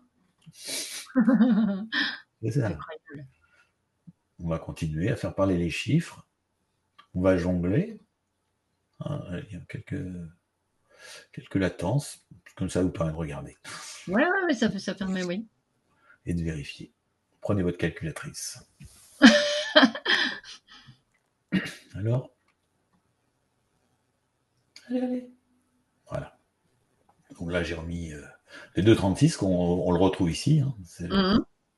qui a divisé 3883. Alors, on met 3 triangles. Alors ça, c'est les petits triangles qui sont à l'intérieur des permis, qui vont permettre de prendre la diagonale faisait le rayon du cercle. Eh bien, j'ai 1170 si j'additionne les Khéops et Képhren, et 1447 sur les 3. Mais on va voir si ces chiffres-là sont aussi parlants. Attention, attention. Je vous laisse trouver. Non, personne n'a trouvé. Non. Eh bien, vous allez avoir la solution. 1170 81 divisé par 2236, donc toujours vous le voyez à droite sur le triangle. Donc c'est aussi 2 fois le nombre d'or. Eh bien, ça me donne la coudée royale, 0,5236.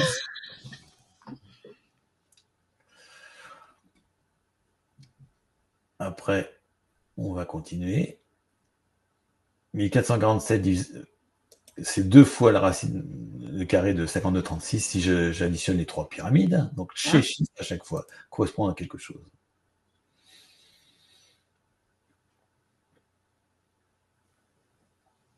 Alors.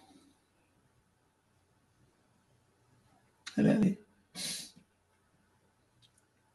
Moi, je n'en reviens pas comment faire. Voilà. Et si j'additionne 1170 plus 1447, ben j'obtiens nombre d'or au carré.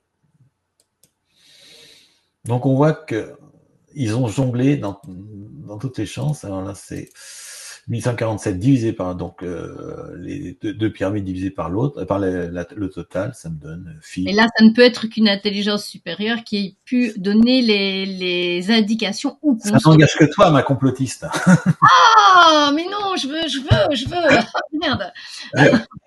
Non, voilà. Mais c'est incroyable. Voilà. Imaginons par exemple qu'on ait décidé de faire 3 pyramides pareilles, donc avec ces cotes-là. Eh bien, si on avait voulu faire 3 pyramides pareilles, eh bien, on s'aperçoit que la moyenne, eh bien, ça correspond à la pyramide de Képhren. Voilà. Donc, donc on voit qu'ils ont ils ont fait vraiment, ils sont vraiment. Mais tout était calculé, tout jusqu'à. Et je vous dis pas tout. Oui. Donc là, si on fait la moyenne des 3, ben on va reproduire la pyramide de Képhren. C'est incroyable.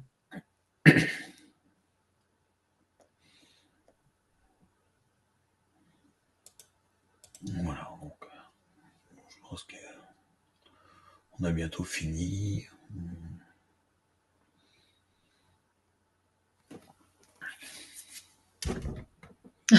Ouais, je pense qu'on peut après, on va regarder. Je pense que vous avez déjà pas mal. Non. Ah si, ça c'est génial, ça c'est génial. C'est génial. Donc on a vu tout à l'heure que ça faisait 1618 mètres le cercle qui contient 2 pyramides. Oui. Oups. Alors, le cercle qui tient à l'intérieur de la pyramide, il fait 723,60, c'est la racine carrée de la coudée, 52,36. C'est du hasard. Donc vous avez le nombre d'or ici, et ici à l'intérieur, vous avez la racine carrée du nombre d'or. C'est incroyable, c'est incroyable. Alors je vous ai dit, on travaille toujours avec les cercles et les triangles. Et si on voulait avoir le triangle qui fait 52,36, eh bien on va le trouver dans la chambre du roi, dans les dimensions de la chambre du roi, qui a été construite, elle, avec le triangle. La pyramide avec le cercle, et la chambre du roi avec le triangle maçonnique. J'insiste. Non, mais tu fais bien d'insister, parce que bon, les gens ne sont pas conscients de liens. Voilà, ça vient de l'Égypte. Qu'ils ont la connaissance, qu'ils ont une certaine connaissance que nous, on n'a pas, c'est ce qu'on appelle les connaissances occultes. Voilà. Alors, c'est pas, là, c'est important de voir que ces gens-là utilisent l'équerre et le compas, on le trouve partout en Égypte. Alors, la suite, voilà, ça c'est assez fou. Donc, si je fais 2 pyramides côte à côte, ça fait 1382. Et si j'additionne le cercle plus comme j'ai fait avec la Terre et la Lune, si j'additionne le cercle et le carré, eh bien, j'ai 3000 mètres. J'ai le système métrique. Métrique, oui. Ouais. Voilà. À chaque fois, ça part. Quelle précision, c'est incroyable. Donc si je fais circonférence ici du cercle fois le périmètre ici, j'obtiens 22,36. 22,36, c'est toujours ma diagonale du carré de 1 par 2 ou 2 fois le nombre d'or. Donc alors ce que j'adore, c'est les redondances, parce que ça évite le hasard. Parce qu'on me dit oui, c'est un coup du hasard, mais à chaque fois on retrouve un chiffre particulier, donc c'est plus du hasard. Donc si je fais la circonférence du cercle divisé par 1382, eh bien j'obtiens 1,1708. Et 1,1708, c'est la différence entre Kefren et Kéops au niveau des volumes, des périmètres. Ce qui serait intéressant, c'est quand même de savoir pourquoi utiliser ces mesures-là, pourquoi. Je pense qu'ils ont joué avec nous, ils se sont amusés, ils avaient des capacités qu'on n'a pas, ils se sont amusés avec nous. Et là, si je fais, là les pyramides elles sont en 2D, si je les fais en 3D avec là 234 qui correspond au côté de la pyramide, un cube. Donc c'est deux pyramides avec en hauteur le côté de la pyramide, et ben j'obtiens. Oh mon Dieu, c'est pas un million. Nombre d'or. C'est incroyable. Voilà, nombre d'or, le mètre. Hein, je veux dire. Voilà. Le système métrique, oui. Voilà, et on va. Alors, on a vu qu'on avait fait un cercle de 1618 mètres pour positionner la pyramide, pour délimiter son côté. Eh bien, comment est-ce qu'on a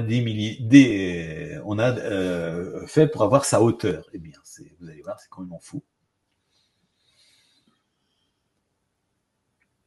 Alors ça, c'est la pyramide à plat. Donc c'est les. Oui. Voilà. On a construit la pyramide à plat, on l'a posée comme un Lego. Vous allez voir. Et je fais un double carré comme j'ai fait tout à l'heure avec la pyramide verticale. Allez. Voilà. Eh bien, si je fais deux pyramides à plat côte à côte, le cercle fait 2618 mètres, c'est-à-dire le nombre d'or au carré. Donc la pyramide en 2D, le cercle fait le nombre d'or, et si je la mets à plat, j'ai le nombre d'or au carré, ce qui détermine sa hauteur. C'est tout simple. Pas plus compliqué que ça. Mais c'est de l'enseignement ou c'est. Alors je sais pas si ça. Alors je sais que les formes, ça. Voilà, ça joue sur notre santé aussi, hein, quand on est dans l'harmonie.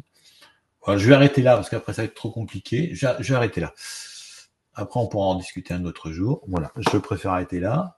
Oui, parce que c'est déjà vachement, vachement dense. Et en fait, oui, tu parles de la santé. Bon, on sait très bien qu'il y a des formes effectivement qu'on utilise pour des fréquences. Est-ce que ça pourrait avoir un rapport avec parce que quand on parle qu'il y a des lieux, quand même, le lieu en lui-même a une précision, les mesures ont une précision. Alors, ce qui est intéressant, c'est que tout le monde peut vérifier ce que je dis. Hein. Google Earth, et puis voilà, vous prenez les chiffres de Petri, c'est un peu matheux, vous prenez les chiffres de Petri qui sont officiels, vous trouvez n'importe où, hein, même sur Wikipédia, et vous faites ce que je fais, vous allez voir, vous allez toujours pouvoir tout vérifier. Donc important, parce qu'on vous dit que c'est des tombes. Hein. Alors, j'ai jamais vu quelqu'un faire des tombes et jamais faire de maison. C'est-à-dire que les pharaons faisaient pas de maison. Quand on essaye de retrouver leur palais, leur maison, ils ont fait que des tombes. Déjà, c'est assez particulier. Pourquoi est-ce qu'ils n'ont pas de palais? Que des tombes. Quelqu'un qui passe sa vie à construire une tombe, j'en connais pas. Alors, on n'a jamais retrouvé ni un hiéroglyphe, ni un os, ni quoi que ce soit dans une pyramide. Ah bon? C'est un consensus. Voilà. Il y a si vous allez dans la vallée des rois, où on a trouvé Ramsès, etc., Toutankhamon, il y a des hiéroglyphes partout, et ils sont pas dans les pyramides, ils sont dans la terre. Hein, très profond. Et comme par hasard, il y a quelques pharaons qui seraient mis dans des pyramides, on ne sait pas pourquoi. Alors, sachez que dans les tombes archéologiques, on trouve toujours des hiéroglyphes, et elles sont dans la terre. Et dans les pyramides, on n'a jamais trouvé d'os, ni sarcophage, ni rien. Simplement, et c'est vide. Alors, comme c'est vide, on nous dit que c'est pillé. C'est assez extraordinaire. La preuve, c'est des plaintes parce que c'est vide.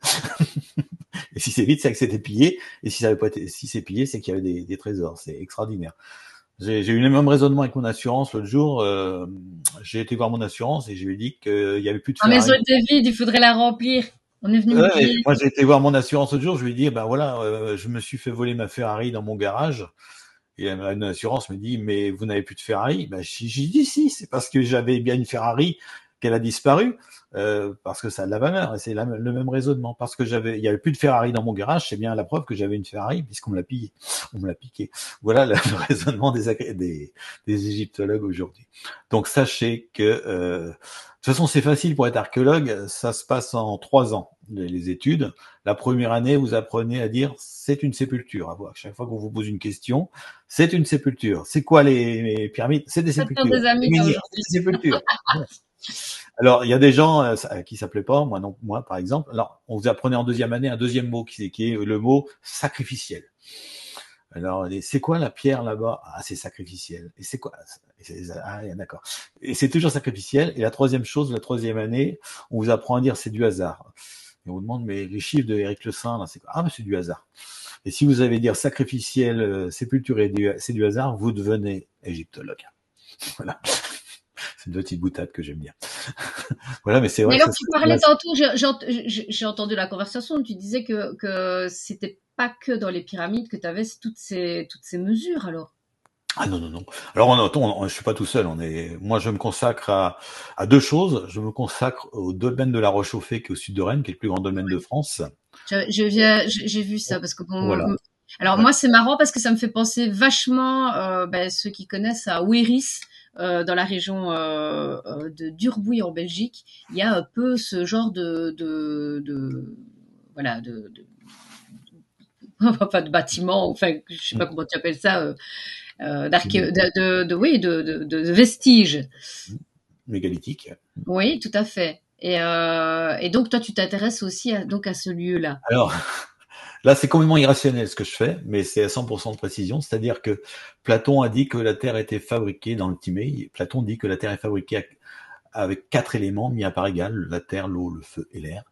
Et moi, j'explique que la roche chauffée, c'est l'endroit le plus important du monde, alchimique. Et le but de la roche chauffée, c'est de découper la terre en 4 éléments, le terre, l'eau, le feu et l'air. Donc là, j'ai 2 heures de conférence, je peux pas l'expliquer ici. Mais Ouais, mais j'explique c'est pas bon d'une quand même. manière complètement irrationnelle, mais avec 100% de précision, que le rôle de ce mégalithe, qui est associé par le nombre d'heures avec Stonehenge, puisqu'il y a le nombre d'heures entre Stonehenge et la roche chauffée, c'est de découper la terre en 4 éléments. Alors pour résumer, les 4 éléments, la Terre est découpée en 4 parties qui correspondent aux 4 continents par méridien. Donc l'Europe, l'Afrique, c'est l'élément terre, l'Asie, Mais c'est l'élément air, l'Amérique, c'est l'élément feu, et l'Océanie, où il y a de l'eau, c'est l'élément eau. Et c'est la roche chauffée qui me permet justement de matérialiser cette terre fabriquée de 4 éléments. Voilà, ça c'est mes deux passions, la roche chauffée et les pyramides. Mais il y a d'autres chercheurs, il y a donc Quentin Leplat, Howard Croward, mais bien sûr Didier qu'on connaît tous les deux, Mathieu, ces qui est choses-là. venu aussi. Oui. Alors, je suis pas tout seul, mais moi mes spécificités, c'est surtout de travailler avec ces chiffres sacrés qui sont la dimension de la Terre et de la Lune. Je suis le seul à faire comme ça. Mais alors donc ça voudrait dire qu'en fait la Lune est une fabrication. Ah là là. Ça laisse énormément d'imagination évidemment parce que ben oui parce que Je donne des ingrédients, je montre des choses qui sont complètement irrationnelles. Après, ben, ce que je veux, c'est que les gens fassent marcher leur esprit critique. On donne pas tout comme ça en nourriture. mais à la fois c'est inquiétant et à la fois tu vois Pareil, je donne des ingrédients. Voilà, les gens font leur petite cuisine. Voilà. c'est ça. Mais à la fois on peut dire que c'est quelque chose qui peut être inquiétant parce que tu te dis que ben il y a une domination qui est au-dessus et à la fois ben ça peut être aussi rassurant parce que ça dépend comment tu vas regarder. Pour moi, c'est rassurant. C'est rassurant. Rassurant. C'est rassurant parce que si tout est mathématique, c'est qu'il y a un concepteur. Je veux pas dire un créateur, mais il y a un concepteur. Quelqu'un qui a conçu tout ça. Voilà. Et qu'il y a un grand mécanisme qui fonctionne vraiment de manière cohérente. Pourquoi la Terre tourne moi, je veux bien les explications, ne me convainc pas. Pourquoi est-ce que la Terre tourne depuis 4 milliards d'années sans s'arrêter, toujours à vitesse régulière? N'importe quel objet, eh bien, si on lui donne une impulsion, à un moment, il va s'arrêter ou il va varier. Voilà. Et là, ça marche, c'est une horloge, hein, ça marche depuis... voilà. Pourquoi la mer est salée? Les explications ne me conviennent pas. On nous explique que de l'eau douce a ruisselé sur la terre et a amené du sel dans la mer. mais il y a quand même à 8000 mètres d'altitude, il y a des lacs salés. Donc, où est le ruissellement qui a permis dans l'Himalaya de faire des lacs salés? Donc, pourquoi la Terre est salée? Moi, les explications me conviennent pas. C'est du consensus. Voilà. Donc on voudrait nous cacher en fait Non, il faut nous une autre cacher. réalité, non, une autre réalité, une autre vision des faits, parce que bon, je veux dire, moi je remarque quand même beaucoup maintenant de scientifiques qui sont en train de changer. La base de la science, c'est ce qu'on appelle les Lumières. Et les Lumières, elles sont pas venues pour apporter la science, elles sont venues pour détruire la foi. Hein, il n'y avait pas plus raciste que les philosophes des Lumières, les Voltaire et compagnie, c'était des racistes, des esclavagistes et compagnie. On les a mythifiés alors que c'est simplement des fous furieux. Et ces gens-là sont venus simplement pour détruire la foi. Darwin, la théorie de Darwin, elle est venue pour détruire la foi, pour voilà, la théorie de Darwin, ça tient pas la route. Par exemple, si j'explique, alors je suis pas récentiste, hein, mais si prend la théorie de Darwin et qu'on lui demande à un darwiniste d'expliquer comment on est passé de l'ovipare au vivipare et toutes les modifications que ça entraîne, l'utérus, les seins, c'est de la folie. Mais même savoir qu'il y a encore des sages, on nous dit qu'on vient du sage, mais il y a encore des sages présents, alors que nous sommes, et entre les deux, on n'a rien. Tu vois, il y a pas de, il y a rien entre les mais ce deux. qu'il faut, voilà, mais là t'expliques, alors que ce qu'il faut absolument avoir en tête, c'est que quand quelqu'un te dit quelque chose, c'est à toi de lui poser la question. C'est pas à C'est toi ça. de justifier. D'accord. Donc Mhm. tu lui demandes Donne-moi la comment preuve. tu fais pour Oui, passer de l'ovipare au vivipare avec le c'est ça. darwinisme. Oui. Quelles sont les étapes, selon toi, comment on Ouais. peut justifier que ce Il faut soit qu'on arrête de possible? justifier. C'est ceux qui nous imposent une théorie qui doivent se justifier. Et nous, boum, une question pour les mettre en difficulté. Ouais.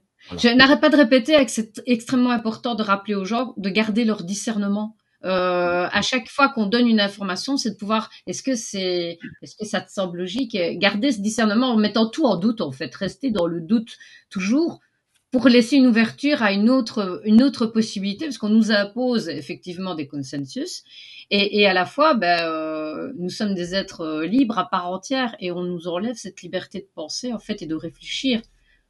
Quand, par exemple, ouais, je suis d'accord avec toi, quand on te traite de complotiste, moi j'explique que c'est les gens qui sont, ces gens-là sont prêts à tout pour garder le pouvoir.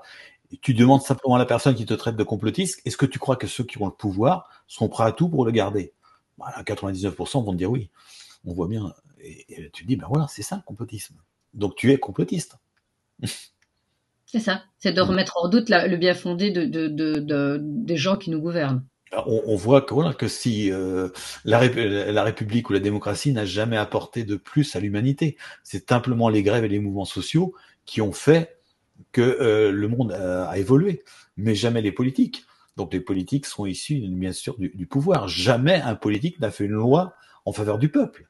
En Mmh. France, on a eu 5 républiques. La première, elle s'appelait la Terreur, donc c'est sympa. Et on a eu 5 républiques qui ont tiré sur le peuple quand il avait faim ou quand C'est il ça. demandait des rois. La première, c'était pendant la Révolution française. La deuxième, elle a tué 5-6 000 personnes. La troisième, c'est 35 000 personnes à la Commune. La quatrième République, par exemple, c'était en 48, après la Shoah et compagnie. Elle a massacré à Madagascar 2% du peuple de Madagascar en espace de 15 jours. Et la cinquième République, c'est les Gilets jaunes, etc., etc. Donc les républiques ont horreur de la démocratie. Il faut bien comprendre ça. Hein. Moi, je ne suis pas républicain parce que être pour la République, c'est être pour le chaos. La République ne s'installe que sur le chaos. En France et puis partout dans le monde, puisqu'elle détruit toutes les vraies démocraties, comme a voulu faire Sankara ou Allende. Mmh. Mmh. Donc ne croyez pas les politiques, ne croyez pas à la gauche et la droite, Et ne sachez que croyez pas les sciences finalement, parce que c'est. il faut Enfin, croire la science, mais toute la science de preuve, mais pas la science de oui, oui, consensus. tout à fait, mais je comprends bien, oui, c'est ça. Parce Alors que que le scientifique, il y a une différence le entre dérèglement, là où on le- vous parle, avant on vous parlait de réchauffement climatique, ça marche plus, maintenant on vous parle de dérèglement oui, climatique. Alors, si on, c'est pas un terme scientifique, dérèglement, puisque si c'est déréglé, c'est que c'était réglé. Donc, je crois bien que les scientifiques nous expliquent qu'est-ce qu'a réglé le thermostat sur 22 l'été et 8 l'hiver. Donc, on dise modification climatique, oui, si on veut, mais pas dérèglement, puisque dérèglement, mais c'est un qui sont terme cycliques, parce que croyant. bon, on retrouve Règlement dans dit les réglage. vidéos. Donc, Oui. ils pensent qu'il y a quelqu'un qui a réglé le truc. Donc, c'est aberrant. Ça, c'est du consensus. Hmm. Mais ce qui m'impressionne, c'est que tu me parles quand même donc de nouveau de la franc-maçonnerie, hein, qui ont quand même des connaissances qui sont beaucoup plus poussées que nous. Alors moi, j'aurais envie de dire qu'ils essayent que nous n'ayons pas cette connaissance, et je dis toujours que toute découverte, l'important de la découverte, c'est l'intention que tu vas mettre dedans. Alors moi, j'aurais envie de dire, intéressez-vous justement à ce que dit la franc-maçonnerie, parce que peut-être que la seule chose qui est importante, c'est de voir quelle attention vous allez mettre dedans. Donc ils ont certains pouvoirs. Pourquoi ils ont des pouvoirs? En utilisant une certaine intelligence ou connaissance, et que nous, en fait, on s'empêche finalement d'aller voir ce qu'ils sont en train de faire pour pouvoir mettre ça dans une polarité tout à fait différente. C'est pour ça que je m'intéresse parfois à des choses hermétiques où on me dit oui, mais c'est occulte. Mais occulte ne veut pas dire noir. Occulte veut dire camouflé, caché. Pourquoi est-ce caché? Parce que ce qui est caché est parfois peut-être une richesse. On cache les richesses, hein, on ne va pas cacher ce qui n'amène rien. Moi, ce qui m'embête dans la franc-maçonnerie, c'est que c'est des gens qui sont à la tête donc de la Révolution française et de beaucoup de choses. Donc, c'est des gens qui se sentent démocrates. Et en fin de compte, c'est une minorité qui veut imposer sa vision des choses. Donc, en démocratie, c'est la majorité qui impose, c'est pas la minorité. Donc, aujourd'hui, toutes les lois, beaucoup de lois en France, les lois sociétales surtout, sont faites par la franc-maçonnerie. Donc, ces gens-là qui se déclarent démocrates, donc devraient laisser le pouvoir à la majorité, sont des minorités qui veulent imposer leur manière de voir. Donc ça, c'est surtout ça qui me dérange dans la franc-maçonnerie. S'ils sont démocrates, eh bien, qu'ils se taisent. Voilà. Donc en fait, le but de ces personnes serait de dominer sur une population ou d'avoir une incidence sur une population. Voilà, moi je parle pas comme ça. C'est des gens qui ont une idéologie. On a tous une idéologie, mais qui inverse les rôles, puisque de la majorité, c'est la minorité qui veut imposer son idéologie, alors que c'est à une majorité d'imposer. Donc ils sont complètement en désaccord avec leur discours démocrate. Après, c'est ce qu'on appelle des universalistes. Alors c'est justement c'est le contraire de ce que je veux. Moi, je pense qu'il faut justement des frontières, des barrières pour garder notre richesse, nos différences. Et ces gens-là veulent l'universalisme, c'est-à-dire que maintenant il faut plus de barrières. Il faut plus de barrières entre les sexes. Il y a des hommes, il y a plus d'hommes, il y a plus de femmes, il y a plus de frontières, il y a plus rien. Tout doit être un espèce de cocktail sans nom. Mais ce qu'il y a, c'est que je reprends toujours, tu sais, les artistes, en fait, ils ont besoin de mélanger des couleurs pour créer quelque chose de beau. Mais si tout est gris, il n'y a plus de mélange de couleurs. Donc, il faut quand même garder effectivement des couleurs primaires pour pouvoir trouver des couleurs secondaires. Mais si on mélange tout en disant non, mais on va pas faire de différence, si on ne fait pas de différence, il n'y a plus de couleurs. Et s'il n'y a plus de couleurs, c'est mort. Voilà.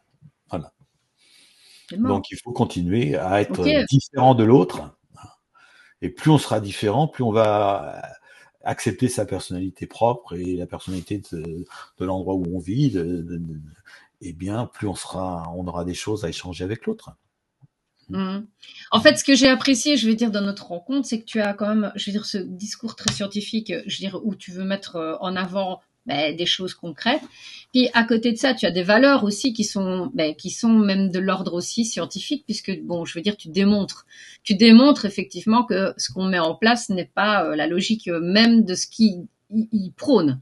Donc au final, que ce soit d'un côté ou de l'autre, tu as gardé cet esprit critique. Mais critique. Mais à la fois, non, mais critique, la critique peut être positive et négative. Hein, on est d'accord, c'est neutre la critique pour moi. Hein, je veux dire, critiquer ne veut pas dire que je suis contre. Critiquer veut dire que je veux une explication supplémentaire et que je veux approfondir. Donc moi, je suis ok avec ça. Voilà. Mais il faut toujours être critique et jamais sur la défensive. J'insiste, jamais sur la défensive. Quand on vous pose une question, consensus ou preuve. Et puis autre chose, eh bien, posez une question, ne donnez pas une réponse, ne vous justifiez pas si vous n'êtes pas d'accord avec la personne.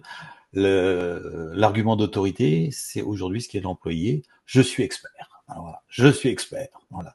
Et à la télé, il n'y a plus des experts. Donc, à partir du moment où c'est des experts, eh bien, ils n'ont pas un regard avec de la hauteur. Et aujourd'hui, on vous dit pas, les experts ont décidé que, on vous dit, regardez les articles de presse. Un expert s'est penché sur tel sujet, un expert ni ceci ni cela. C'est toujours un expert, c'est jamais les experts. Regardez bien les articles. C'est impressionnant. Mm. Donc pendant 100, on va chercher dans les 100 ou 150 experts celui qui va pouvoir justifier le débat Ce politique. qu'ils ont envie de faire passer comme message. Voilà. C'est impressionnant. Regardez bien comment les journalistes s'expriment. C'est beaucoup de conditionnels.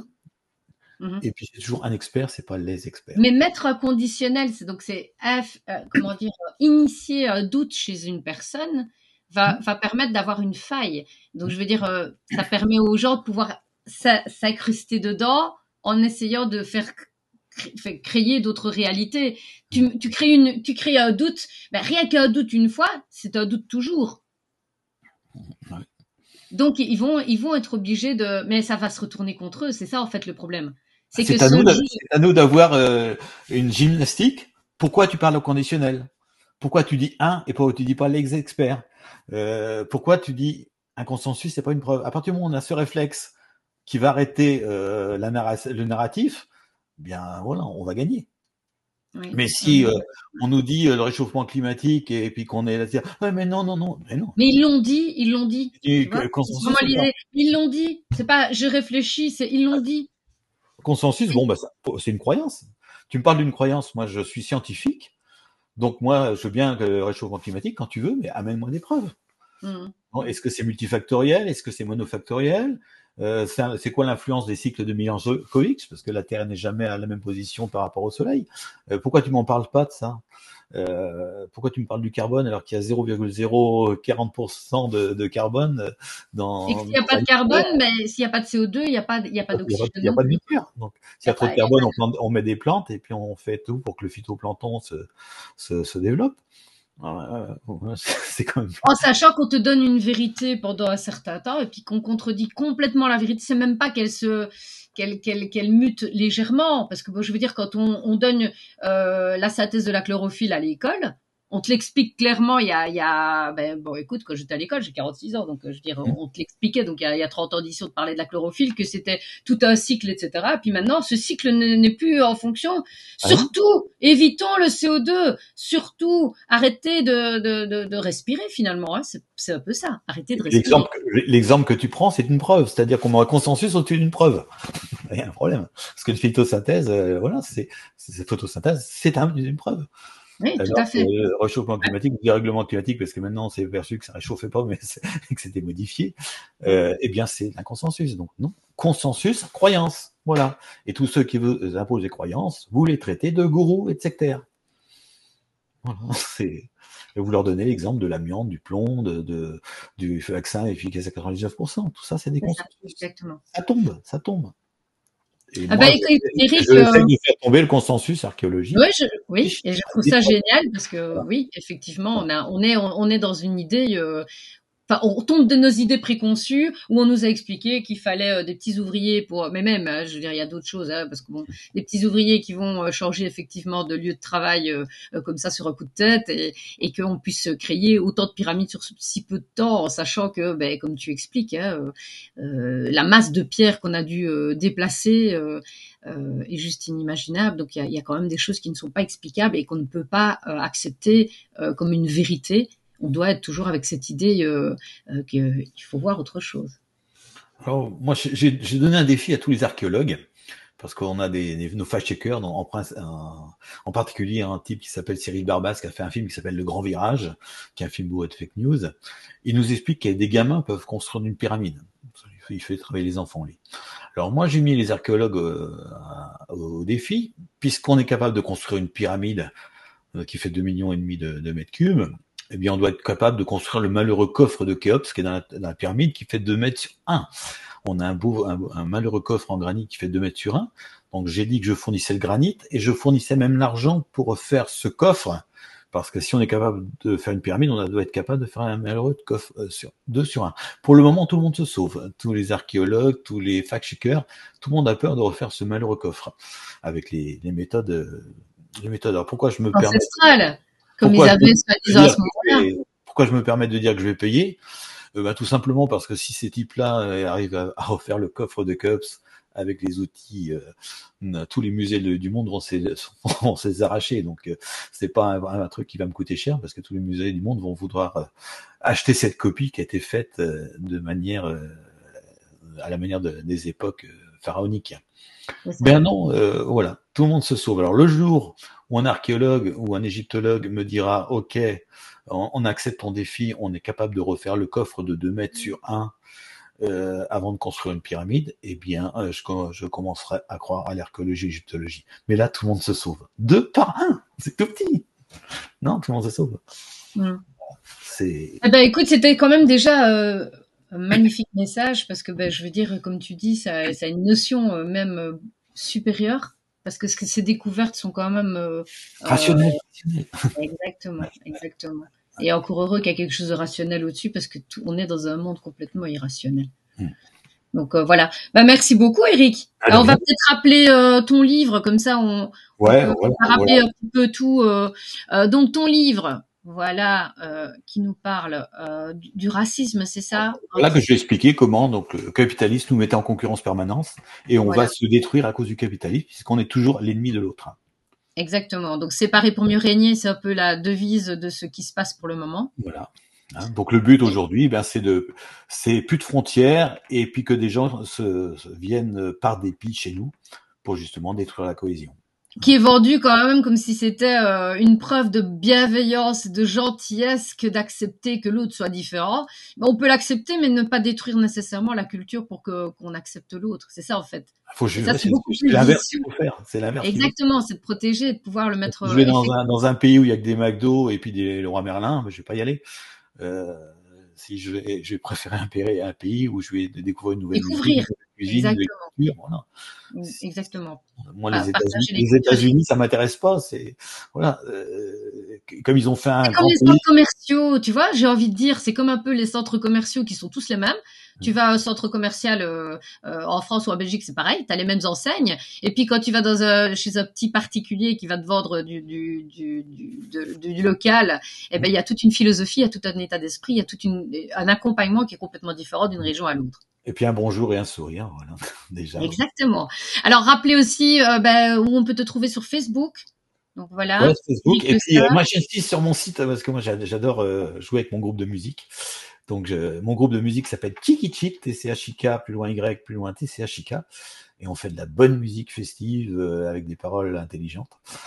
Voilà. Et puis, si vous voulez qu'on vienne jouer chez Peut-être vous. t'inviter, bah oui, Et justement, voilà. on pourra peut-être Et, t'inviter, donc vous pouvez contacter Eric Le Sar. voilà. Donc, moi, Ok, voilà, j'ai pas envie de me prendre au sérieux. Donc, j'ai envie de faire voilà, passer des messages comme ça avec toi d'une manière sympa, où on peut spontané, voilà, venir, voilà, spontané, naturel, sans voilà, être agressif. Voilà. Non, dans ce exactement. côté, Voilà. on dit, faut prendre la vie d'une manière marrante. Voilà. Les gens qui vous agressent en général, c'est des gens sincères, mais c'est des gens qui sont paumés, hein, Mm. qui ont peur de l'inconfort de la réflexion. Mm. Donc, voilà, ne les agressez pas non plus, discutez avec eux, même s'ils portent. Message de paix pour terminer, comme c'est beau. Hein, voilà. Mais t'as bien raison, mais écoute, Non, mais attends, on est tous j'ai frères, hein, on a toujours le même dit, sang qui coule, hein. on changera pas le monde avec des points, on le changera avec des bisous. Donc, voilà. Ah ben, Voilà. exactement, exactement, l'amour est Il faut l'arme faire rêver. fatale. Voilà, il faut faire rêver, les sourires, et c'est les meilleures armes, c'est le sourire, la parole, et puis bisous. Voilà.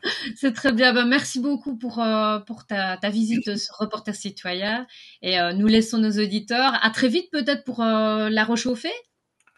Ben moi je suis partant pour faire plein de choses. On va déjà voir, voilà, si les gens se sont passionnés pour cette vidéo, n'hésitez pas à partager, n'hésitez pas à Eh oui, aider Anne parce que merci. c'est un peu la folie de voir que Anne laisse la parole à des gens inconnus comme moi ou des gens comme Pierre Hillard ou Youssef Indy. Ou voilà, c'est génial d'avoir ce panel où c'est peut-être la seule chaîne qui est justement se permet de mettre des inconnus avec des gens très très connus. Et J'en oui, parce connais qu'on a pas tous d'autres. notre mot à dire. Voilà, je connais pas d'autres. Souvent, les gens se spécialisent en passant que des inconnus ou que des gens célèbres. Et là, pour une fois, on La a un parole. cocktail avec tout. Donc c'est génial. Exactement. Il faut que cette Passionné. Moi, je chaîne-là veux que des passionnés. devienne la chaîne emblématique de Belgique derrière. Mmh. Mais je te remercie. Merci beaucoup pour ta visite. Et à très vite alors. Eh bien, Au à très revoir. vite.